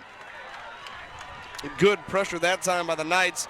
That was Sam Blunt able to step out there and force the incompletion. Yeah, here, and you've got the pursuit, but there's good coverage downfield when you can't get rid of it. Yeah, absolutely. Even when he got rid of it, it looked like only a Knight may be able to bring that one down. This time Long going to check out. Likely going to be Thompson stepping in at quarterback. Done a good job. Started off a little bit slow with this Grace Baptist offense, but they've been able to pick it up. Pistol formation, snap comes, pressure coming around the backside, fired over the head of everybody. Iverson was the intended target, going to bring up a 3rd down and 10. Elijah Ward again creeping in on the number 1. 3rd down and 10 now coming in, rather big one. And once again, favorite target Long not out there on the field. I wonder if they're just trying to reserve him a little bit. He does also play on the defensive side of the ball, so that may be one of those things where you see with this kind of limited roster for Grace Baptist, it may come back and hurt them a little bit. 3rd down and 10. Snap comes, quarterback drops back, looks to throw, goes deep, and it's incomplete, too far outside. And again, picking on Elijah Ward, this senior number 20, but only giving up the 1 touchdown pass. Other than that, he has been playing lights out. 4th down and 10 now. Take a look at it coming at our cameraman here.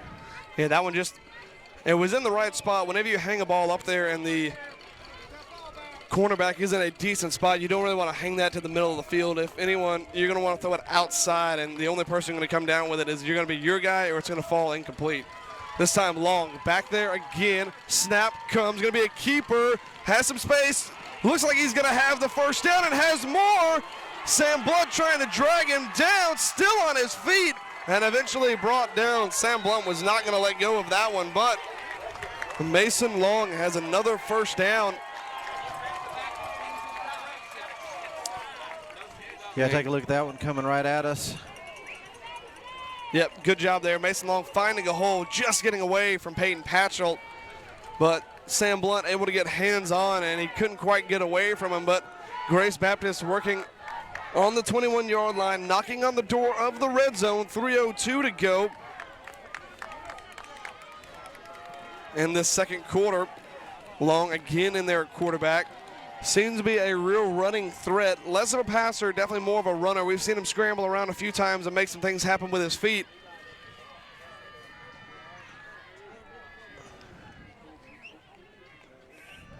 Taking a minute. I think Grace Baptist just want to eat some of this clock. Watching that play clock go down to about 12 here.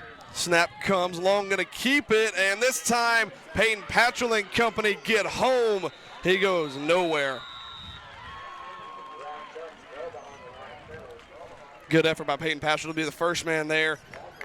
Obviously one of the biggest workhorses on the defense. Got used a lot.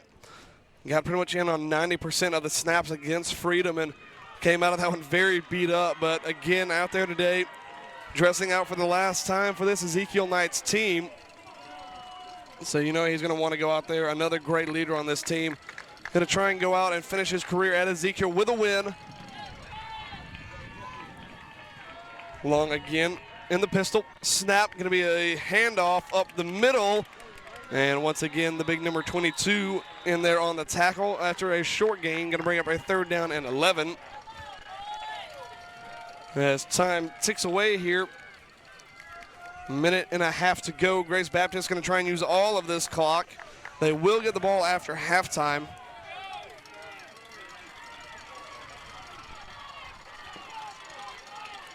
Long again in the backfield. Knights, I think, have 1 or 2 timeouts remaining, but not a lot. I know they burned one to try and not get called for a delay of game. Snap, Long going to keep it. Zorn in his face. Patchell trying to come in from behind, and again, another short gain. The seniors, Isaiah Zorn and Peyton Patchell, connecting there to make a tackle, as Darryl calls them, the Sons of Thunder. Picks up about 4 on that one. Going to bring a 4th down and 7. This clock continues to tick. 25-second on the play clock, so they'll get down to close to 20 seconds to go here once they get this play off, if they decide to use all of it. Thompson back in at quarterback. His favorite target, Long, matched up one-on-one to the near side with Elijah Ward. Going to fire this one over the middle, wide open, nobody on him, and that's going to be a touchdown, Grace Baptist. That time it was Pierce Smith uncovered up the middle, but there is a flag down. And I think he was an ineligible receiver. That's why he was so uncovered. Yeah, yep. Referee's talking it over here. So we get the call, we'll go back and take a look at it. Yeah, we'll see him come unmarked. If anyone was going to mark him, it was going to be Sam Blunt, but Blunt seemed like he didn't really mind him running right past him. We'll see what the official call is here. And they wave off the flag. Whoa. A big call there. We'll watch it again. Here's the replay. He was lined up hand in the dirt and just goes uncovered.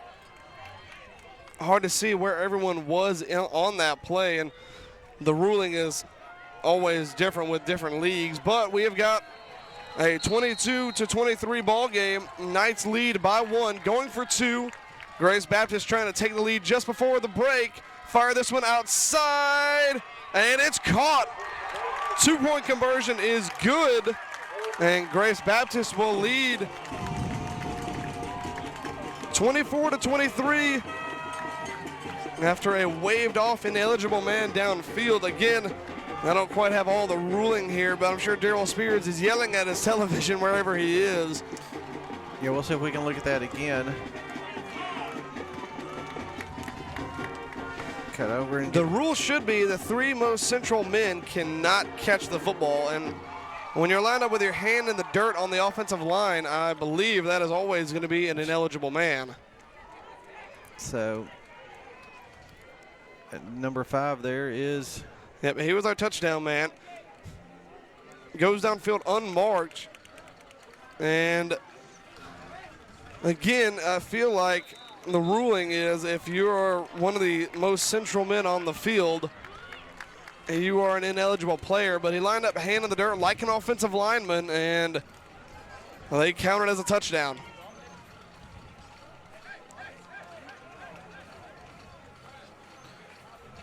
Knights with about 24 seconds to work if they do get this ball back. But regardless, nice job by the Eagles working the clock and moving down the field. And yep, only put up 24 seconds for the Knights to work with.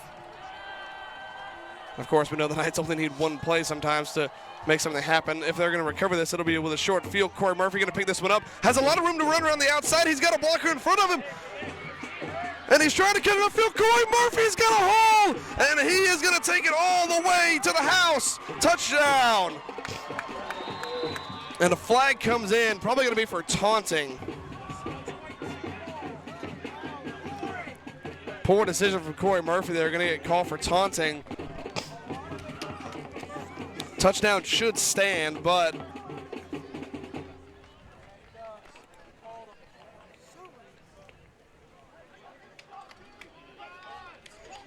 those are always tough calls when you have an excited player going down the field.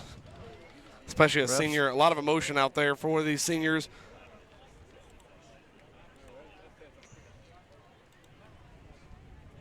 Well, we saw a waved off flag on the other one. We'll see if we see a waved off flag here on this touchdown. But I feel like, I don't think he got him for the hand up in the air. I feel like Corey Murphy looked back at the man chasing him, and that's what he called him for. Watch it. The touchdown should stand. Well, he did it like 10 yards away. Yeah. And it will. And now it's just up to Grace Baptist whether they want to take the penalty yardage on the kickoff or if they want to do it on this extra point attempt. And it will be on the kickoff. Well, it looked like Ezekiel were going to go into the break in the hole, but instead they take the lead off a great Corey Murphy play, and I believe Corey Murphy now is only 1 touchdown away from breaking the Knights' overall career touchdown record. And they said it was on the kickoff, but I think they're going to take it on the extra point attempt. Yeah, breaking that extra point up. We've seen Mac Mills. He kicked a field goal from about 25 or 26 against Evangel. We'll see what he can do here. This one, a 35-yard attempt. He does have a very good leg. Just if he can get all of it. We've watched him practice before. And it's got the length, but it's just off to the left. Just wide. Definitely had the length, but.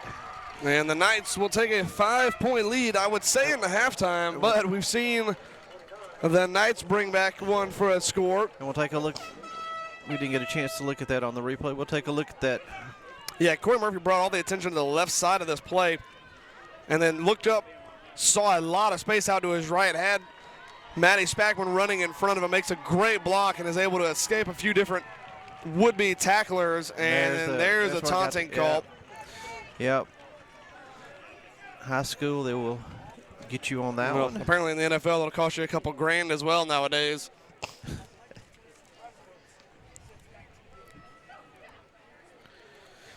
Fortunately, it only cost the Knights 15 yards, not a little bit of money. Got about now, since 10 seconds left. Yeah, still plenty of time left.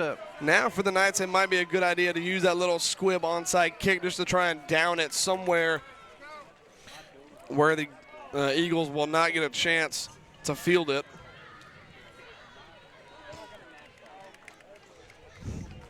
You guys stick around at halftime. We're going to try to get all of our senior spotlights. There are a lot of them. Yeah, well, as soon as we get to halftime, we'll cut into it. There's a lot of those, so you want to watch those guys.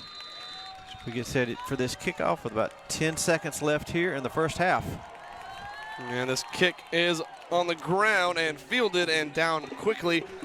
About 9 seconds to go. I feel like the Knights, that's the preferable thing that happened there, because you don't want to give things can happen. Yeah. 8-man football coverage can be tough in 8-man football on kickoff and punts, so that's why you see a lot of the squib kicks, unless you've just got a kicker who can boom it out of the end zone, which we have seen. We have seen, but it can be very tough for teams to make that coverage downfield just because of the limited amount of players. This time the Knights setting up with the biggest man deep at safety, Brendan Tormey. And his favorite target, Mason Long, is here on the near side, again matched up with Elijah Ward. Going to fire this one underneath. Clock will likely expire unless he's able to get out of bounds quickly, and he cannot. He rolls the ball out of bounds, but he was already down as time expires. And we will go into the halftime. Knights leading Grace Baptist 29-24. And still on the field. Referee's talking something over talking here. about I'm not something. sure what it is. Oh, they're saying he might be saying he fumbled it out of bounds. Yeah, but it looked like he threw it. It should be an illegal forward pass. If you intentionally, it looked like the ball went forward. If we can catch it on the replay. See if I can bring that back up.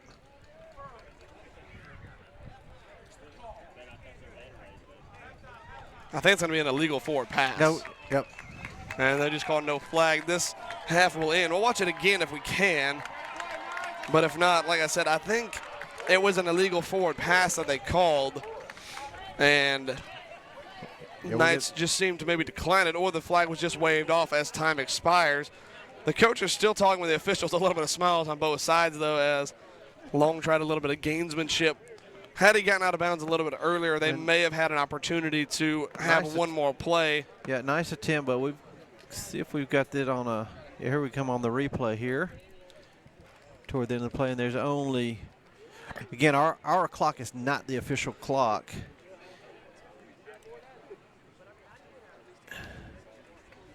The whistle's blew as the clock expired, but you see him kind of throw the ball forward there. And if anything, I think he was down before that ball even left his hand. So either way, I feel like it was the right call, whether it was an illegal forward pass or not. Clock expired, and we will go into the halftime break. Eagles trailing the Knights 29-24. And like you said, I know we got a couple of senior spotlights. We'll see if we can't line them up. We've got plenty of seniors on this team. Looks like we're going to have about a 15-minute halftime. That's already a minute gone on that. Cut over here. So, yeah, we've got about 5 or 6 seniors. We're going to do the spotlight here as we got about 13 minutes left in halftime. We'll bring up our halftime clock. And here are some Ezekiel Knight seniors.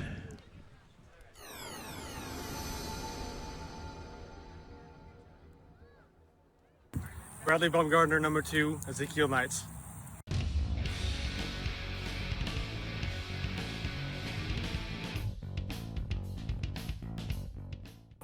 I played football for 3 years. I'm playing for Ezekiel for 3 years. Played a receiver and DB. Receiver is my favorite because I score a lot, so occasionally can the ball. But probably last year versus Lyaston State Championship, I caught like a 50-yard touchdown pass from Austin. It was like a tip pass, so pretty cool. Play basketball for Ezekiel. I also bowl and golf a little bit. I saw bowling on TV and it was pretty cool, so I decided to try it out. I started getting serious in it, but one day I got pretty good at it, so I decided to play a few tournaments. I won one, and ever since then, I've been kind of hooked on it. After school, I'm probably gonna be a real estate agent, or go to college and get a degree in something. Not sure yet. Not really. I mean, I'm pretty normal. But I have long hair, so it's kind of unusual. What's your favorite food? Pizza. What's your favorite movie? Star Wars. What's your favorite music and song? Metallica, Fade to Black. Who's your favorite football team? Okay. The Falcons. Who's your favorite coach?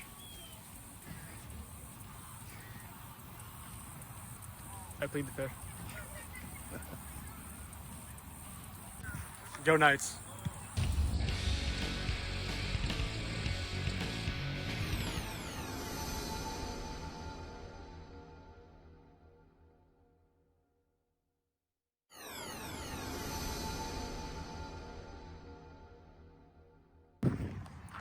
Peyton Patchell, number 22, Ezekiel Academy.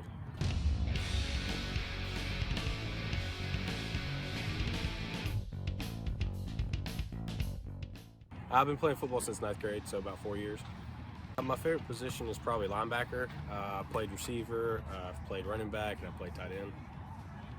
I do enjoy looking back at beating Evangel this past year and this season. And winning state championship last year, that was definitely a great experience. I played basketball for Ezekiel in the past 3 years. I've won state with soccer. Soccer, I'm a goalkeeper. Basketball, I play power forward and center. Yeah, it was a great experience, man. We went into PKs, the final minutes, and I got an opportunity to save a goal, help my team win. And I was able to do that. You know, I just enjoy hanging out with friends and family, and playing video games every now and then. Well, I'm hoping to attend South Alabama. I would like to continue my family tradition to go into the medical field. So, I mean, my dad went to medical school at South. He's a PA. My grandfather's a PA. I would like to make a little bit more money than that, so I'd like to be a doctor, maybe a pediatrician or an orthopedic surgeon. What's your favorite food? Probably pizza or beef stroganoff. What's your favorite place to eat? It's a restaurant in Wetumpka called San Marcos. What's your favorite movie? Probably Good Will Hunting. What's your favorite music or genre of music? I guess you could say country music. I listen to just about everything. Who's your favorite football team? Football team, University of Alabama. Who's your favorite coach? I can't really say I have a favorite coach. I love all my coaches equally. Go Knights!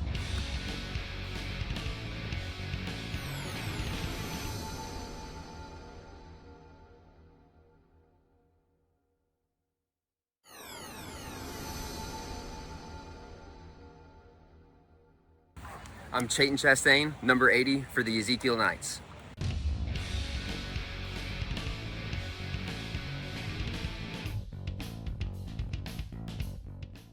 I started playing unprofessionally as a kid at my church when I was probably around 11 or 12, and then I didn't ever actually play on a team until 2019. I joined Ezekiel, and now I didn't play in 2020, but I'm playing again in 2021 as my senior year. 2 years ago, I played on the offensive and defensive line on the JV team, and it was fun to learn. I learned a lot from it, but it was not as near as fun as this year. I'm playing as a wide receiver and sometimes a tight end.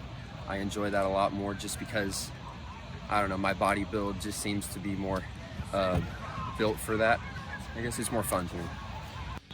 Just really all of the growth that I've had. I don't know if there's any one specific part, but just all in all, just being on this team with the coaches has made me a much better player and understand the sport better. And obviously all of the wins we've had are amazing. Just, I love this team, and it's been fun playing with them. So I don't play any other sports on a real team, but I play basketball and ultimate frisbee and stuff with my church. At church camp, we do tournaments and stuff. I love archery. I love a bunch of different things. So yeah, not really. Football and frisbee are probably my two favorites. I enjoy leatherworking, so that's cool, along with, like I said, archery. And I enjoy studying the Bible, really, and really kind of just discussing and debating with people about different doctrines and politics and stuff like that too. Gotta be science. I love learning about the way God's creation all fits together and works as one unit. So I might work for, my dad runs his own heating and air company. I want to work for him for a while. After that, I plan to get into music ministry and youth ministry somewhere, go to seminary at some point, and I really want to study music more than anything. So, What's your favorite food? tomatoes. What's your favorite movie? I have maybe one of the Avengers movies. Got it. What's your favorite song, artist, or type of music? I love Christian rock. I love Skillet, and For King and Country too. It's really cool. Who's your favorite football team? Favorite football team? Oh, I don't know. I love Auburn. Auburn, really, probably, yeah. Who's your favorite coach? Jesus. The head coach of my life, man. Jesus. Go Knights.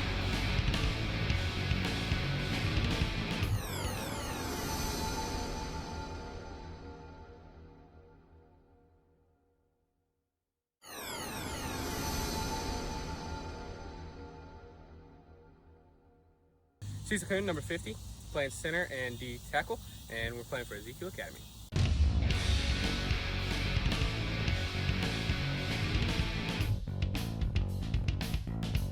I started in 7th grade, and I've been playing for Ezekiel for 6 years. My favorite position is probably defensive tackle or defensive end. I play center and guard most of the time though.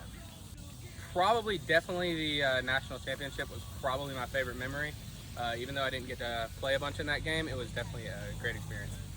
I do a lot of hunting and fishing, not really into many other sports or music. I'm an outdoors guy. What's your favorite subject in school? Definitely history. I love history. I love old war stuff. What's your least favorite subject in school? Definitely English, 100%. Okay. After I graduate, I will be doing welding and hopefully getting into some good welding programs. What's your favorite food? Definitely pizza. What's your favorite movie? Sandlot. What's your favorite song or artist? Probably Luke Combs and Better Together. Who's your favorite coach? Definitely Coach Hunter. He's been with me the longest. Go Knights.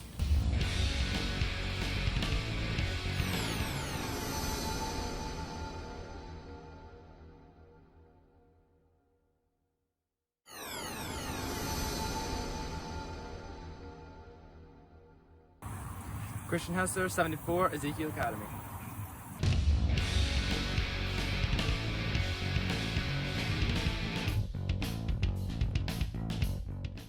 I started playing football last year at the beginning of the school year. I'm the right guard for our offensive line, and then I sub in for defense if I need it, and then also play on our special teams. The special teams are really great. Coach Brian's a great coach, and he helps us out with all of that. And then Coach Nate, Coach Gabe really helps us out on the line and teaches us a lot of great stuff out there. I also play basketball for Ezekiel Academy, and on there I play center. I guess my favorite play last year would have been during our first game against Lighthouse when I finally got my first pancake. And then last year we won the States. It was also a really great time with the team. And then going down to Florida was really awesome. Yeah, on my free time I like to write music, and then I've also got some songs on Spotify right now. I write the songs, and then I use GarageBand to make all the music, and then I send it out on a website. When I graduate, I'm planning on going to Berry College in Rome, Georgia, and then I'm going to study to get a doctorate degree. And then I'm also planning to play for their football team.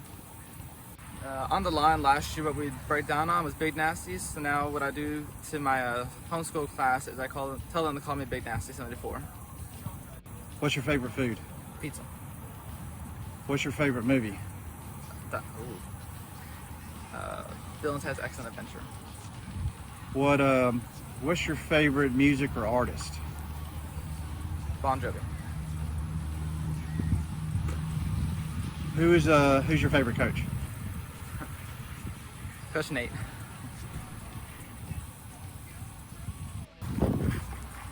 Go Knights.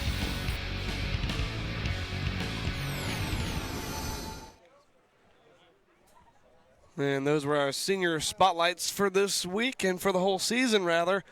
A lot of seniors on this team, and they've all acquitted themselves very well for this season. Done a good job.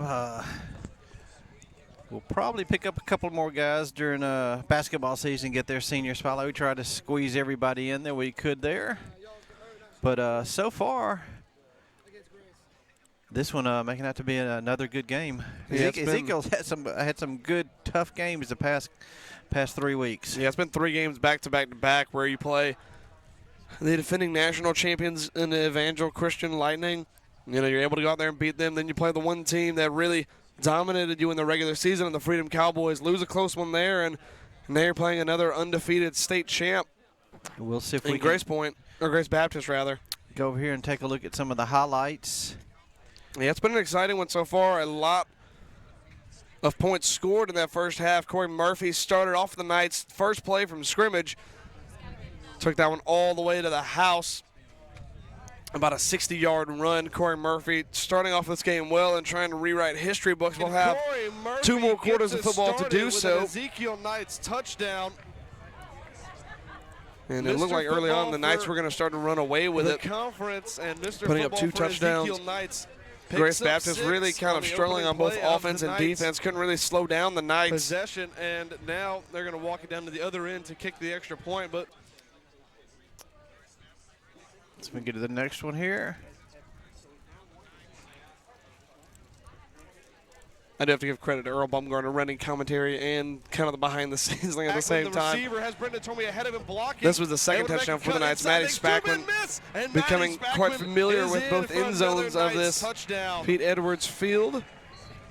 He found 6 himself, but and it's caught. Grace Baptist not going away. Touchdown for that Grace one Baptist. It would beat Sam Blunt. Grace Point went right back into it, and then they were able to tie up the football game. I think Corey Murphy got his cage grabbed a little bit.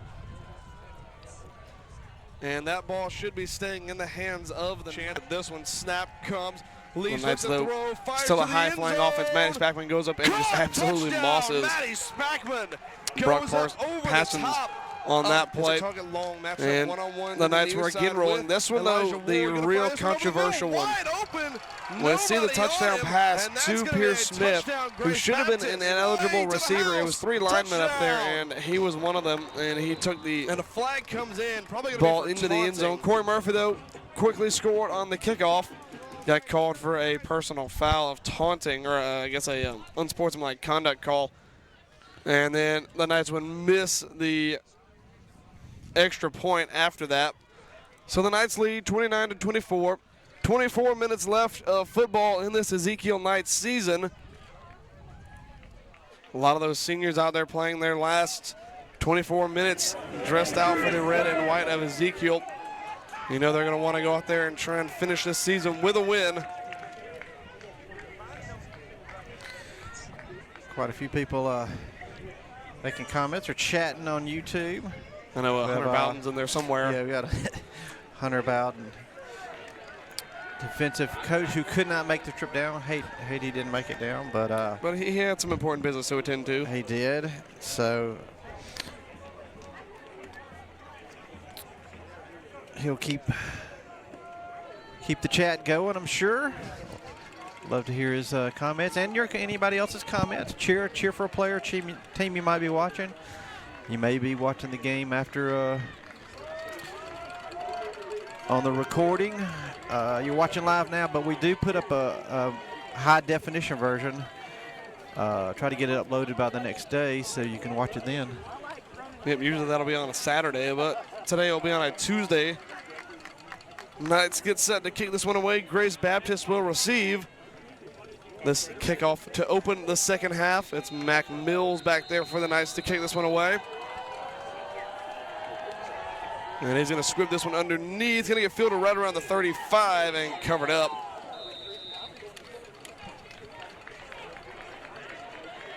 And Grace Baptist will take over right about the 35 to the 36-yard line. Offense stalled early on, but they were really able to find their feet.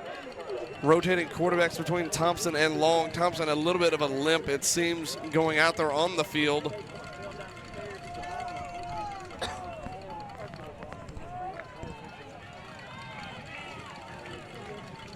And Long going to take over for this opening snap. Going to take it out of the pistol. Snap comes. Long going to keep it up the middle. Gets met immediately. Peyton Patchell and Miles Richardson combined to stop him right there. No gain on that play. Going to bring up a 2nd down and 10. Grace Baptist found a couple of plays over the top in that first half. One specifically to Iverson, who found the end zone. But the run game has really been where they've been working. Long had a lot of success in that first half, running the option. This time Thompson checking back in.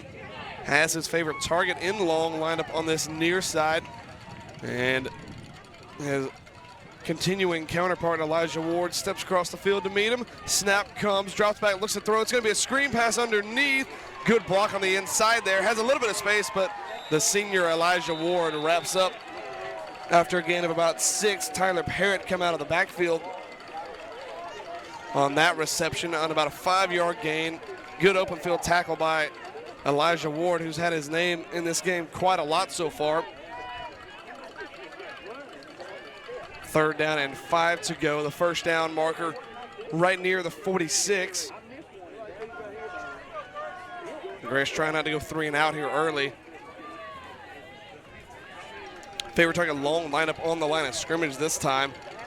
He is an eligible receiver though. Handoff up the middle, trying to get around the edge. Beats Zorn, has the first down. And Elijah Ward there again to save a touchdown this time. Well played on the jet sweep by Grace Baptist. They have a first down. Good running there by Caleb Adams. Quick around the edge, and once you get around the outside, he always had that first down going for him and got quite a lot more. Now lined up in Knights territory on the 40-yard line. Grace trying to answer here in this second half. 10:29 to go. Clock momentarily stopped while he went out of bounds, and they reset the chains after that first down gain. Thompson in the pistol. Man in motion, snap. It's Adams again on the jet sweep. Miles Richardson trying to catch up to him. Able to get away from Richardson, and Patchell and company eventually meet him, but not after he has enough for another first down. The jet sweep working well for Grace Baptist. Used it a lot in the triple option in that first half, but now Adams able to get it rolling a little bit. Did a good job finding speed around the outside, got just enough for that first down. Now going to line this one up right near the 21-yard line, knocking on the door of the red zone.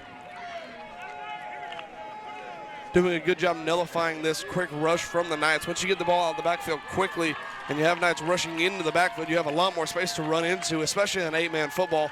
Man in motion again is Adams. It's going to be a quarterback keeper by Long, and he does not get a lot. Got about 2 on that one.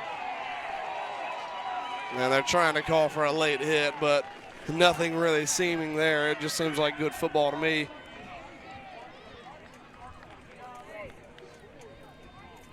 Watching that on the replay. They give about 4 there. That might be a generous spot. Man in motion again is Adams. 2nd down and 6 upcoming. And he does not get a lot. Got about 2 on that one. Looked like he didn't get much past the line of scrimmage, but the referees maybe had a better look at it than we did. This ball now going to be lined up at the 16. Thompson, the man under center, lined up in the pistol now, rather. Snap comes, drops back, fires to the near side. That one incomplete. Good coverage again by the senior Elijah Ward. Going to bring up a 3rd down and 6. The intended target was Avery Iverson. Snap comes, drops back. Good coverage there if you watch that. That one incomplete. Yep, good job by Elijah Ward. By the senior, timing that jump to perfection and able to get up there and force the incompletion. 3rd down and 6. This ball lined up at the 17. And it's Long again stepping out there, probably going to look his way. He's lined up here on the near side alongside Adams. Thompson in the pistol. Snap comes, drops back, looks to throw, fires the other way. And that one's intercepted. Matty Speckman has a chance down the near side of the field, has some blockers ahead of him. He's got Miles Richardson blocking, and he cuts inside, nearly trips up on his own 2 feet, has a few more to go. Able to beat 1 more, and Matty Speckman, touchdown, Knights, 99-yard. There are flags down on the field. This one likely going to be coming back. It should still count for a Knights interception. The intended receiver just seemed to get tripped up on Spackman's feet. It's likely going to be Knight's ball, but just no touchdown. A great effort, though, by Matty Spackman to take that one back, but unfortunately his effort's likely going to be walked off. It should be Knight's football as the flags seem to come in after the interception. Fans wanting for pass interference, but I'm sure we can see on the replay, nothing there. See what the refs. Oh.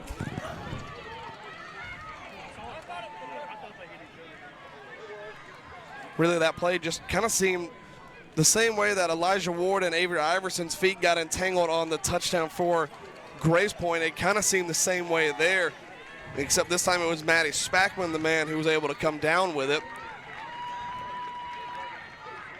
See what the call is, and we'll try to bring up the replay.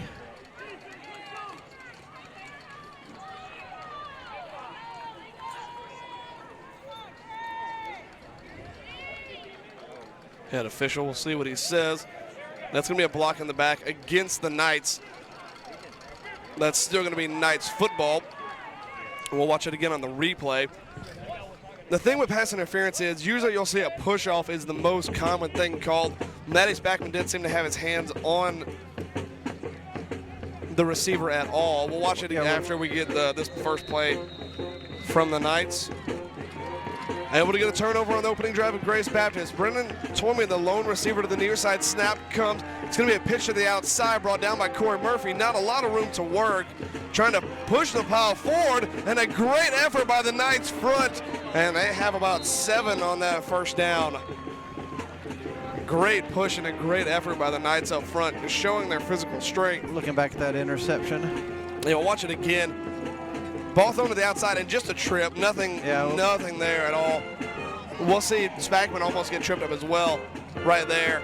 And no hand fighting at all between the two. So good no call by the officials. Knights looking to try and regain a 2-possession lead. Corey Murphy in the backfield behind Peyton Leach, pistol formation, snap, and the ball's on the ground. Murphy somehow picks it up, puts it in a stiff arm, trying to get around the edge, and is brought down by Long, but it looks like he's going to have enough for the first down. No idea how Murphy was able to pick that ball up that quickly, and there is a lot of fighting. And that's Cole Mason. He got involved with Mac Mills earlier in this game. We'll watch it again on the replay. He's been very heated up. And you've got all the coaching staff from Ezekiel out on the field, including the team doctor. And the coach heated at Hunter Wilson, it seems, too. Trying to get both these teams separated. We'll see what went down on the replay, maybe, if we can get it. Yeah, we'll get that. But Cole Mason he got involved with Mac Mills earlier with what seemed to be nothing. The tackle didn't involve him at all. And Corey Murphy tried to get up. And we see him just come there and shove Corey Murphy for no reason. That should be a flag going against Grace Baptist. I mean, just unprovoked for Mason. I don't really quite understand what he was thinking there.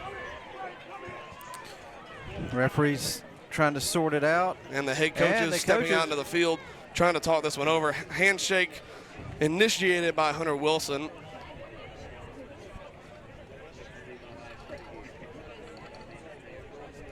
And Murphy seemed to do nothing wrong initially.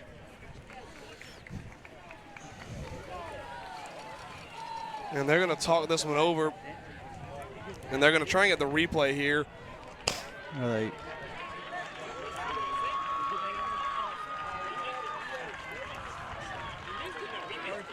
Well, for the Knights' point of view, it seemed like Corey Murphy did nothing wrong. He was on the ground when Mills came up to try and shove him.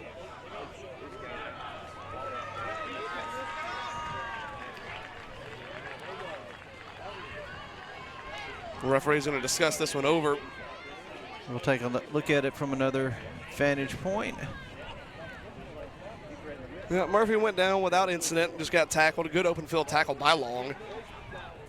And Murphy seemed to get up, and then just a couple of players come in to shove him down. It looks like one of the players touched, and then it looked like one player touched him, maybe to possibly help him up, but Mason came in and bumped him from behind, and then forced him to kind of shove him into Corey Murphy. But again, that's not the first time Mason has tried to initiate some kind of the referees something.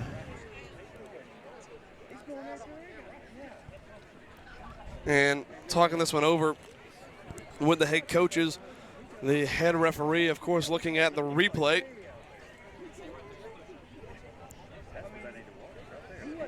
And I don't feel like any of the Knights could be really at fault for this, to be honest. We'll see what the officials see, though. First time we've had a replay here. We had one last year, actually, too, in the championship game. Austin Gay ended up receiving a punch in that play, and one of the coaches getting walked off the field as well. He seemed to initiate with Hunter Wilson, yelling at him from across the field. He seemed to be trying to get it calmed down. His headset off now and walking away down to our left. And this just takes the momentum out of the game. Yeah, for the Knights, it's going to slow down their game a little bit, but they'll probably take a 15-yard penalty. And we don't usually see it or ask for it, but you could get an ejection from Mason. It's kind of the second time he's initiated something with the Knights. And again, Corey Murphy just seemed to really do nothing. The first time was with the kicker, Mac Mills, who got run over at the end of an extra point, and then Mason tried to initiate something with him as well. Yeah, we'll look at that one more time. From this angle here. See, initially it looked like just kind of let hands you on, and then Mason comes over there and a full arm extension with that right hand. I mean, it's not a lot, but either way, you shouldn't be doing that. We'll see it right there, the push down. Oh, yeah. I mean, that's pretty blatantly obvious.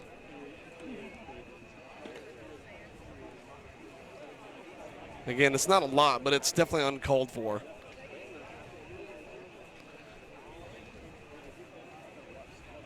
And then we saw a couple of the coaches get heated with Hunter Wilson and the Knights coaching staff as they try to bring him off the field. And like I said, one of those coaches got walked away from the Grace Baptist sideline. You guys probably saw it better than anybody here, so if you want to throw it in the comments, you go right ahead. We try to let the referees do the best they can. I'm sure Hunter Bowden has a few words to say in there. I can hear Daryl Spears all the way from wherever he is.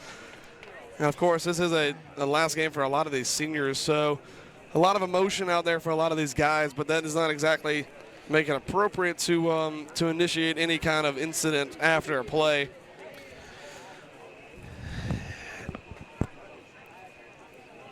You know, and for the most part, the refs for this game has been a pretty good game. Yeah, they had the one questionable maybe touchdown call that was waved off after an ineligible receiver flag came down. And Coach looking Hunter at the replay, it probably was an ineligible receiver. The head referee stepping back onto the field. We'll see what they have to say. Again, like I said, from our perspective, the Knights didn't really seem to have anything untoward to do about it, or didn't initiate anything. And if nothing else, there should just be a personal foul coming up against Grace Baptist.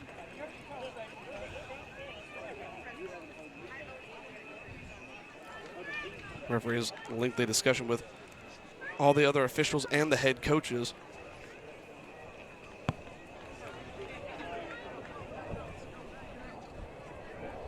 And they're saying the coaches pointing for the teams, and this game looks like it might be over.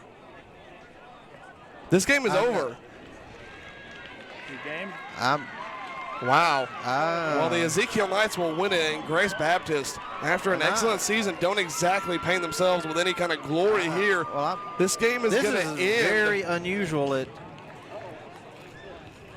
And that is not exactly what you want to be. We're going to stay. We'll stay on, and we're going to try to find out what happened with the game and why this game is ending in the third quarter. And unfortunately, you see one of the players that initiated the contact, Cole Mason, walking away from the line, not giving high fives to anybody, and he's the first man off the field.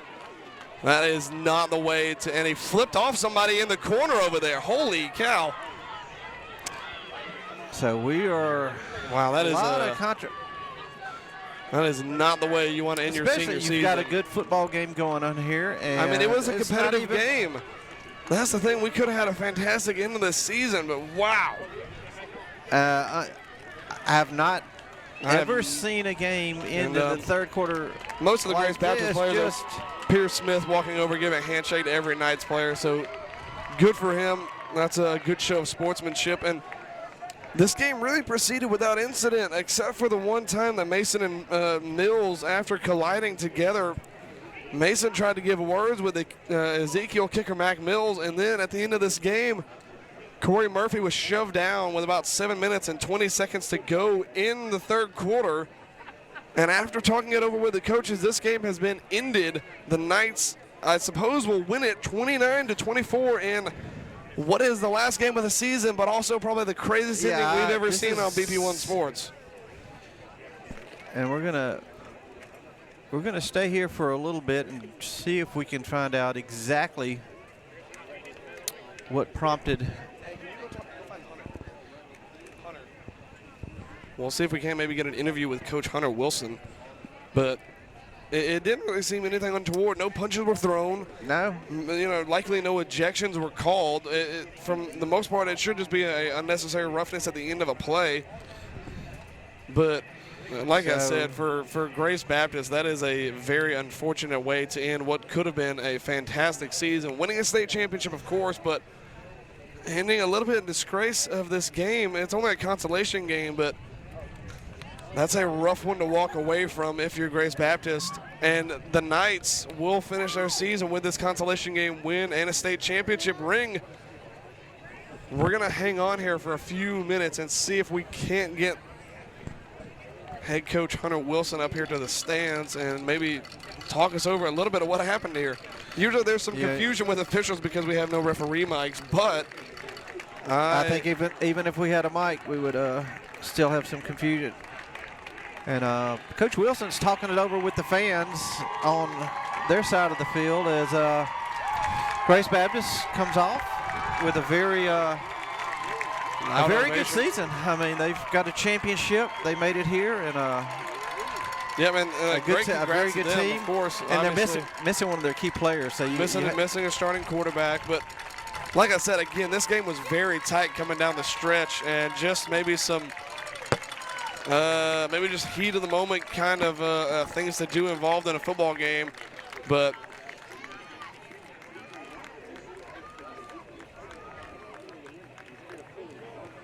definitely the wildest and strangest ending we have ever seen to an Ezekiel Knights football game. We'll see if we can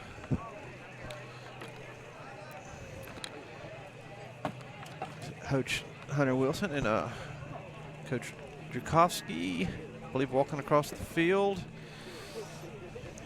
Of course, Hunter Bowden missing, but I'm sure he's down there in the YouTube comments Hunter somewhere. Has been commenting. We'll see Hunter Wilson walking back across from left to right of our field. See one of our cameramen going out there to try and maybe get an interview with him after he talks it over with his team. But we're going to stay here for a few more minutes and see if we can't dissect. I suppose we could run back and see what initiated this whole thing at the end of the game. But the Evangel Lightning are going to take the field against the Freedom Cowboys a little bit ahead of schedule, it seems. Their kickoff scheduled, I believe, at 4 o'clock.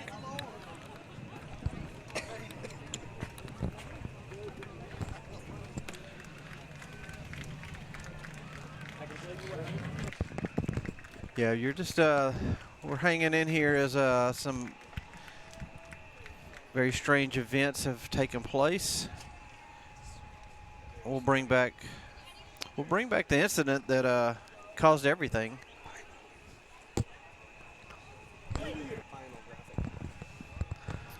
And the final's going to be, I believe, 24-29 to the Knights. But yeah, we'll bring up the.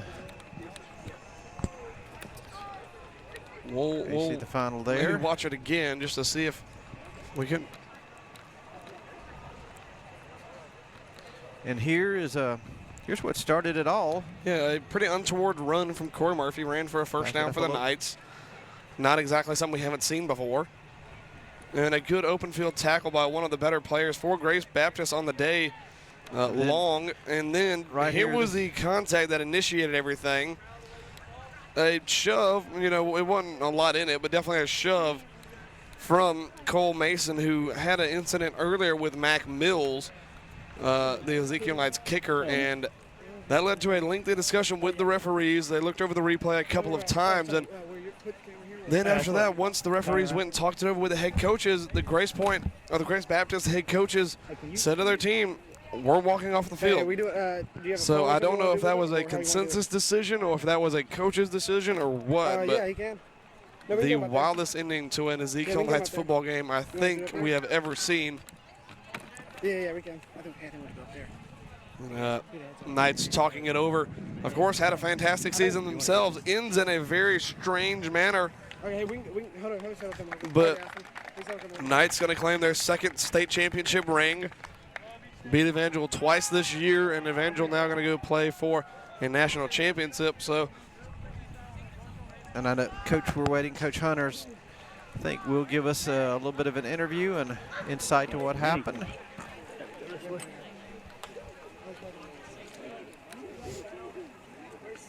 Hold on, run it back.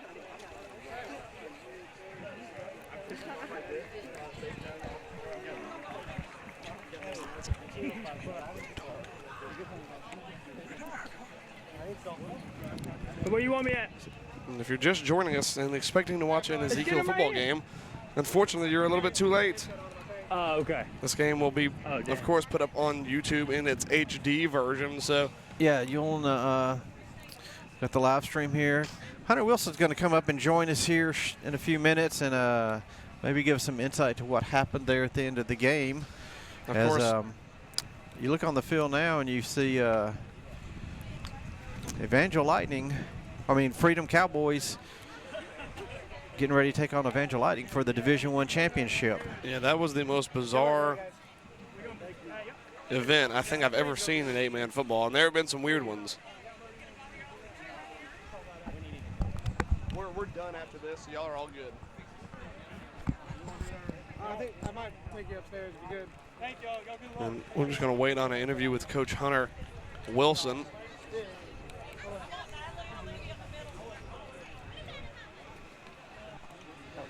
Wind's starting to pick up a little bit here as the sun starting to set here in Panama City on what was an excellent day for football. I mean, it was about as good as it gets, and the game was equally as entertaining. Yeah, Knights, it's an outstanding game. Knights got a turnover late there in the Grace Baptist drive. Got a turnover, tried to turn that turnover into 6 more points, but a lot of people still hanging around, so waiting for that interview. So yeah, I'm sure everyone's about as curious as we are here. As we get a crowd coming around us for the next game. See the team.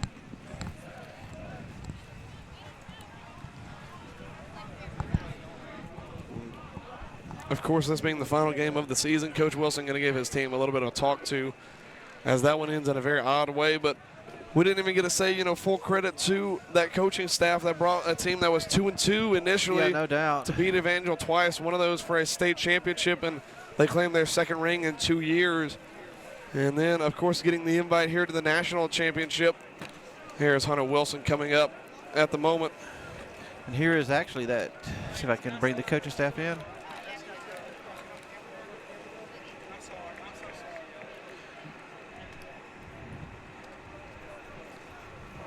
So yeah,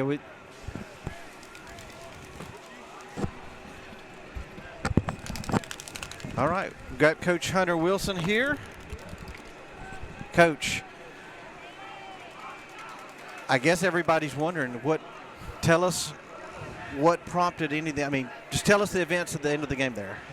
Well, something happened on the sideline. Y'all can see it a lot better than I could. I don't know. I just saw a big scrum, and I saw one of their coaches grab a couple of our kids, and I ran out there, got in between them, and, he's a grown man that wants to mess with kids. Of course, he cowered down when I ran out there, but had a couple of assistant coaches run over. I had a couple of players run off the sideline.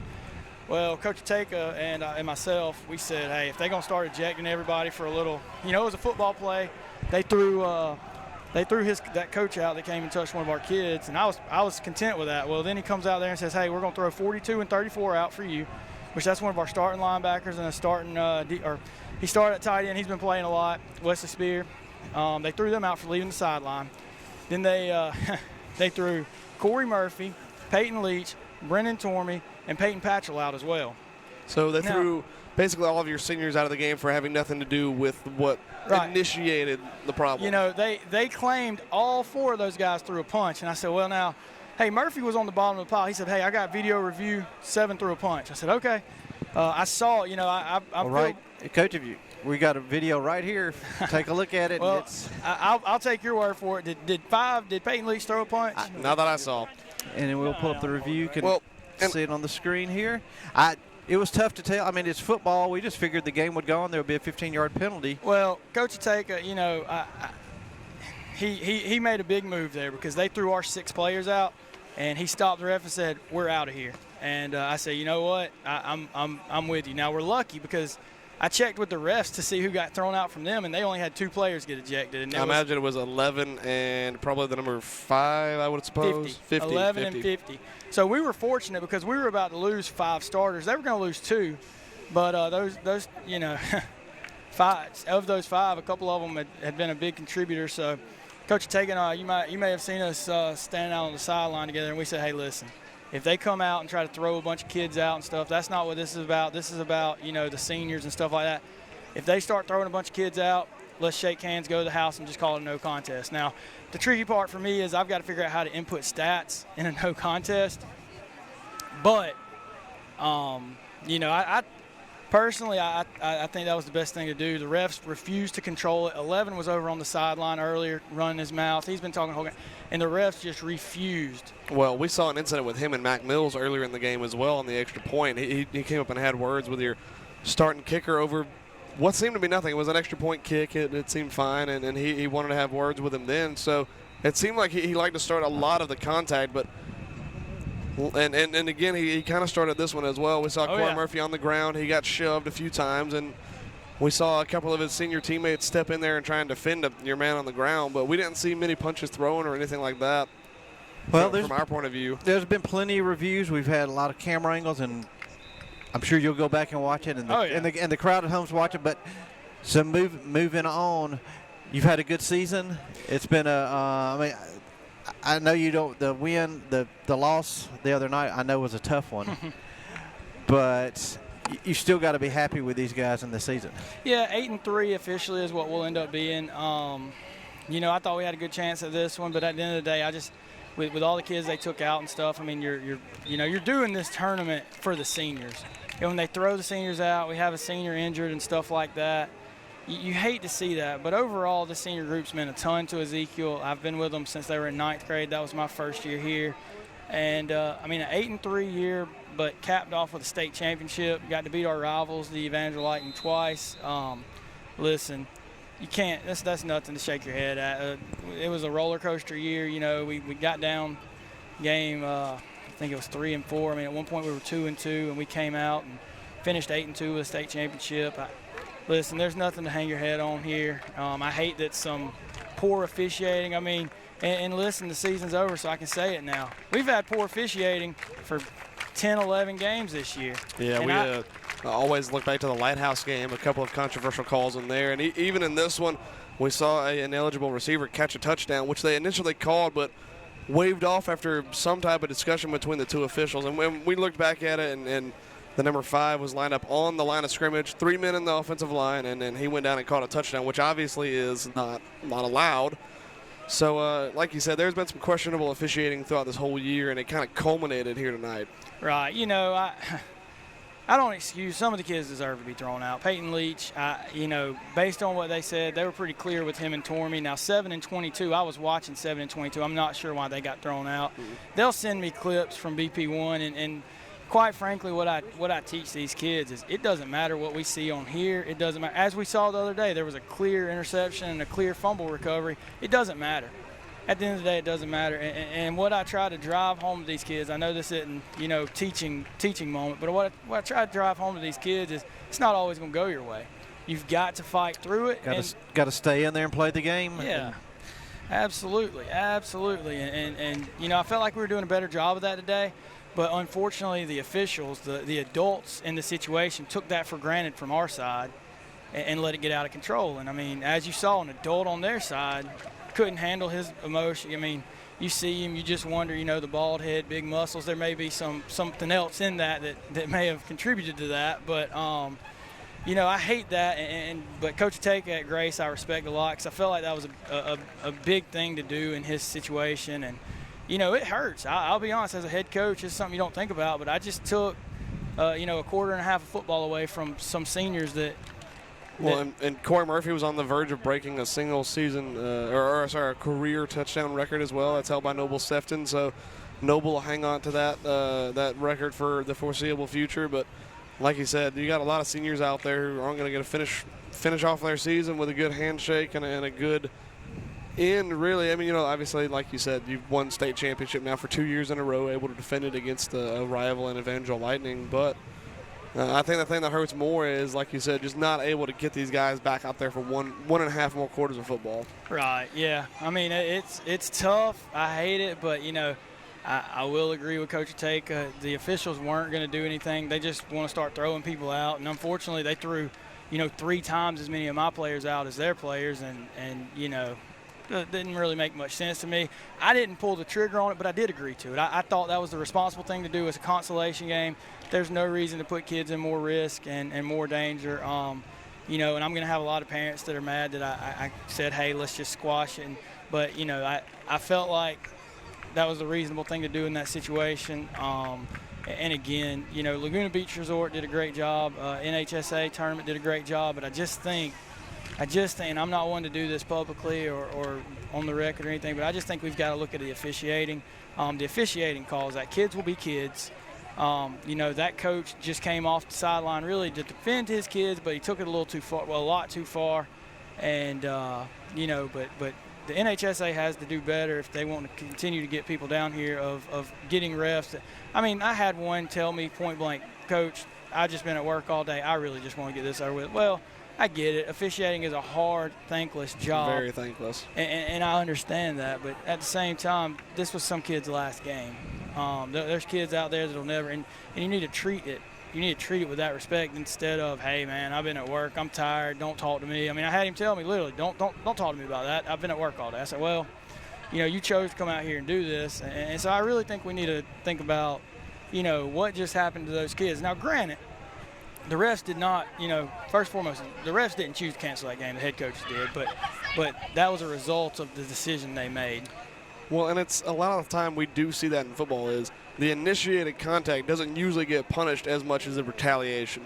We saw that Peyton Leach on the replay definitely had a physical altercation with one of the kids out there, but that was in defending another senior player and a star player for the Knights in Corey Murphy. And Corey Murphy was on the bottom of the pile. I don't exactly know how you can throw him out of a game after he got initially shoved, and one of their players should have just been ejected immediately, and this game probably should have just continued with 1 or 2 ejections off of their side rather than punishing the retaliation from guys like Peyton Leach and again maybe by Corey Murphy, but we couldn't really see much of that. Right. Well, Peyton Patch and Corey Murphy didn't do anything. I had my eyes on them the whole time, but I don't know how they made that decision, but they made it. And as I've said all year to the guys, there's no reason stomping and screaming and hollering. You don't see me arguing like that because they're not going to change their mind. Well, we did see down here on the field the coach who did get tossed out of the game. We saw him throw a few choice words your way, and you kind of did your classic walk-off and kind of laugh it off kind of thing at the moment. But once you start putting hands on kids that aren't on your sideline, and that's when it becomes an actual issue.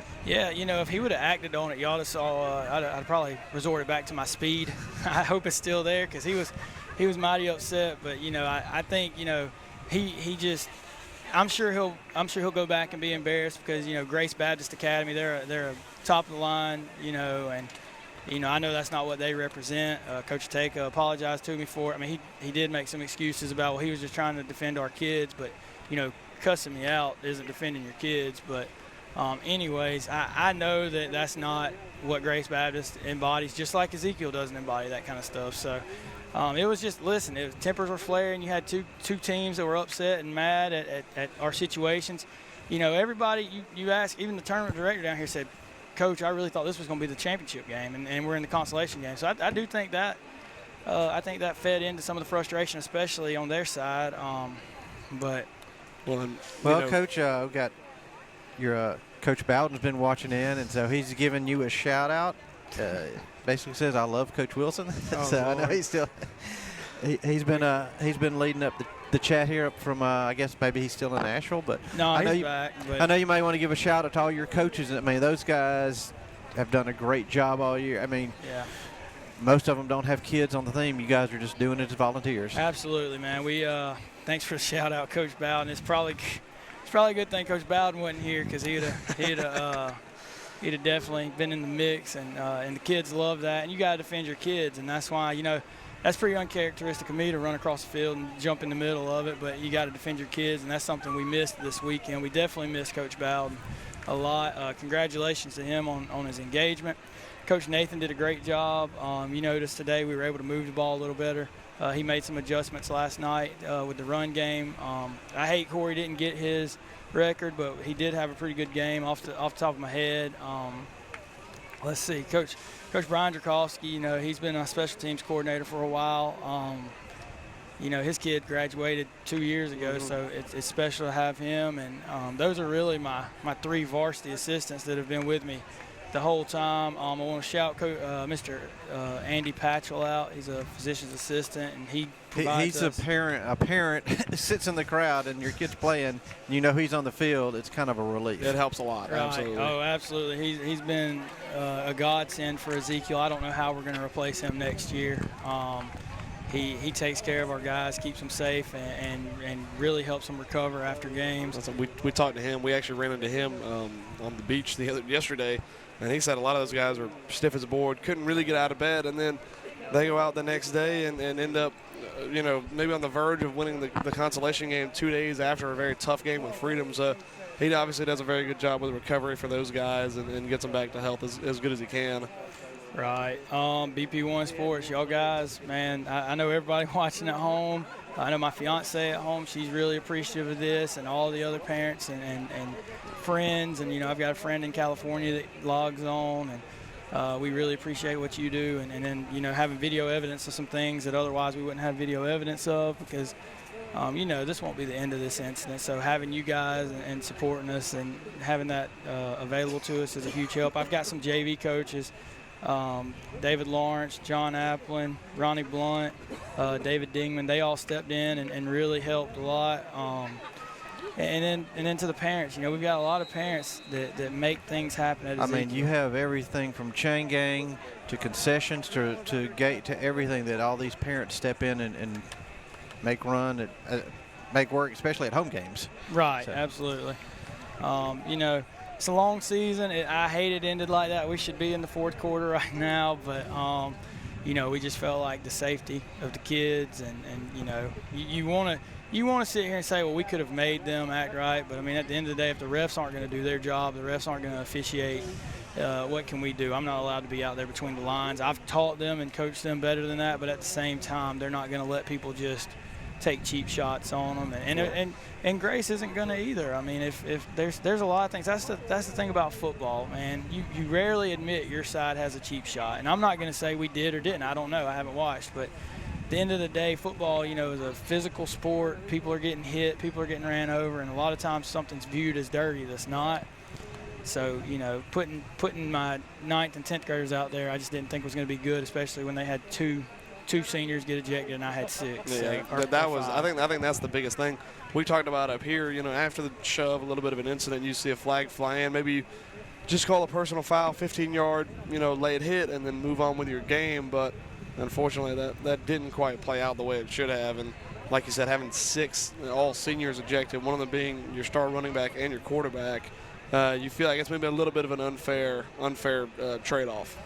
Right, and I mean, let me be clear. I mean, if you don't just quit because the cards are stacked against you, but he and I both said, hey, man, it's probably best if we just get on the bus and leave.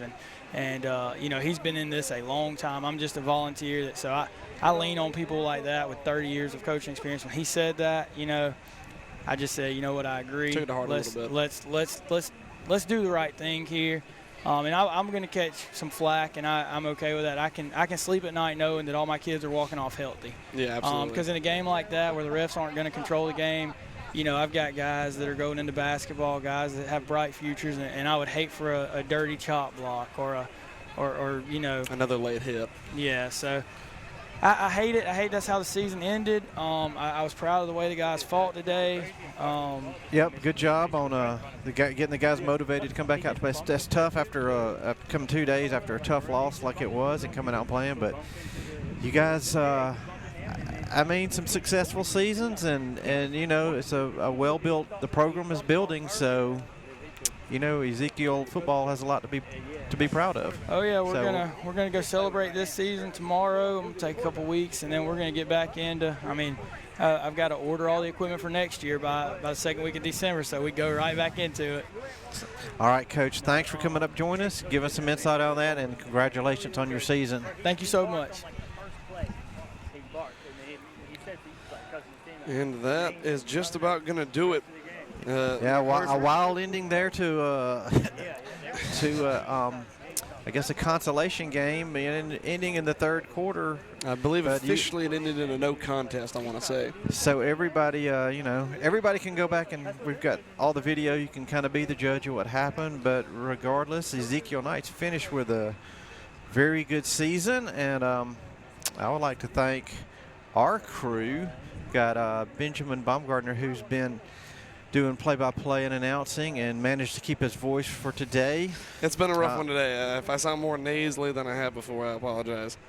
We have Jeff Lindsay sat in and on the cam you see now, the wide cam, and did a great job. First time doing it. He sat in today for Daryl Spears. So obviously have to say a big shout out to Daryl Spears, who's been doing this a long time. He couldn't be here today. I know he hates it, but he has been a part of the Knights family and part of BP1 for a long time. Everybody around Ezekiel knows Daryl Spears. Yeah, Daryl Spears. He's been camera, play-by-play, tech support. He'd huddle, which is the coach's film. He gets that going. So Daryl has done a huge job for Ezekiel Sports over the years. So big shout out to him.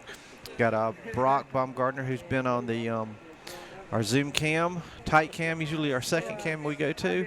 And some of those shots you see, I go back and watch, and I'm just amazed that he's able to follow the plays. A lot of the times we've been able to make the calls because of a lot of things that he's shot. Yeah, a lot of those plays you see and the slow-mo that you see comes from those cameramen. Travis Hill's been on the field this year helping us out, running the field cam, and he's been picking up a lot of he picked up that interception yesterday right in front of him, so some great shots there. And Travis made the trip down with us and filmed the game, so a big shout out to him. And of course, a big shout out to Earl Baumgartner, who kind of puts all this together. Many sleepless nights trying to figure out how to make this not only easier to broadcast, but better to watch and better to enjoy some high school football with.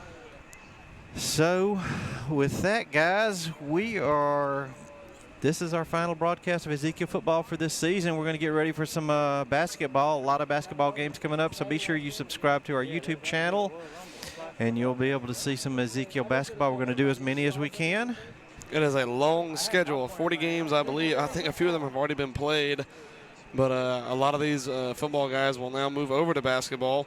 Peyton Patchell, Bradley Baumgartner, Miles Richardson joining the team for this season, and a handful others. A lot of seniors are going to be on that basketball team as well. And thank you to you guys out there watching us. We appreciate the support over the past year chiming in. So with any final words, Benjamin Baumgartner? Just a big shout out to our seniors. Last time suiting up for the Ezekiel Knights. Yeah, great job this year. Might be the last time they get to suit up and put on pads if they don't move on to the next level of football, which a lot of these guys can, but they all have their own interest in personal pursuits that they want to take on. I'm sure you've seen a lot of that through the senior spotlights. So obviously a big shout out to them. Walking away, some of them with 2 state championship rings, beat Evangel for the first time in their history. A lot of those guys making history this year. Corey Murphy, Hunter Wilson also breaking records for Ezekiel Knights. So just a huge shout out to the team that initially, went 2-2 and looked like we always talked, after games and said, we could be in a little bit of trouble this season, but they were able to dig deep and find a way to win a state championship. Unfortunately, for these seniors, the season ended the way that it did with this game after maybe some poor decisions from officiating and some coaching staff.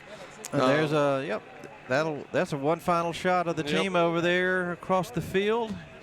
Probably a final speech by Hunter, maybe some players and coaches. So with that, guys, we're going to leave it here. We've got to get back. There's a football banquet tomorrow night. But thank you for joining in. It's been a crazy game. Thanks for joining us here on BP1 Sports. See you soon.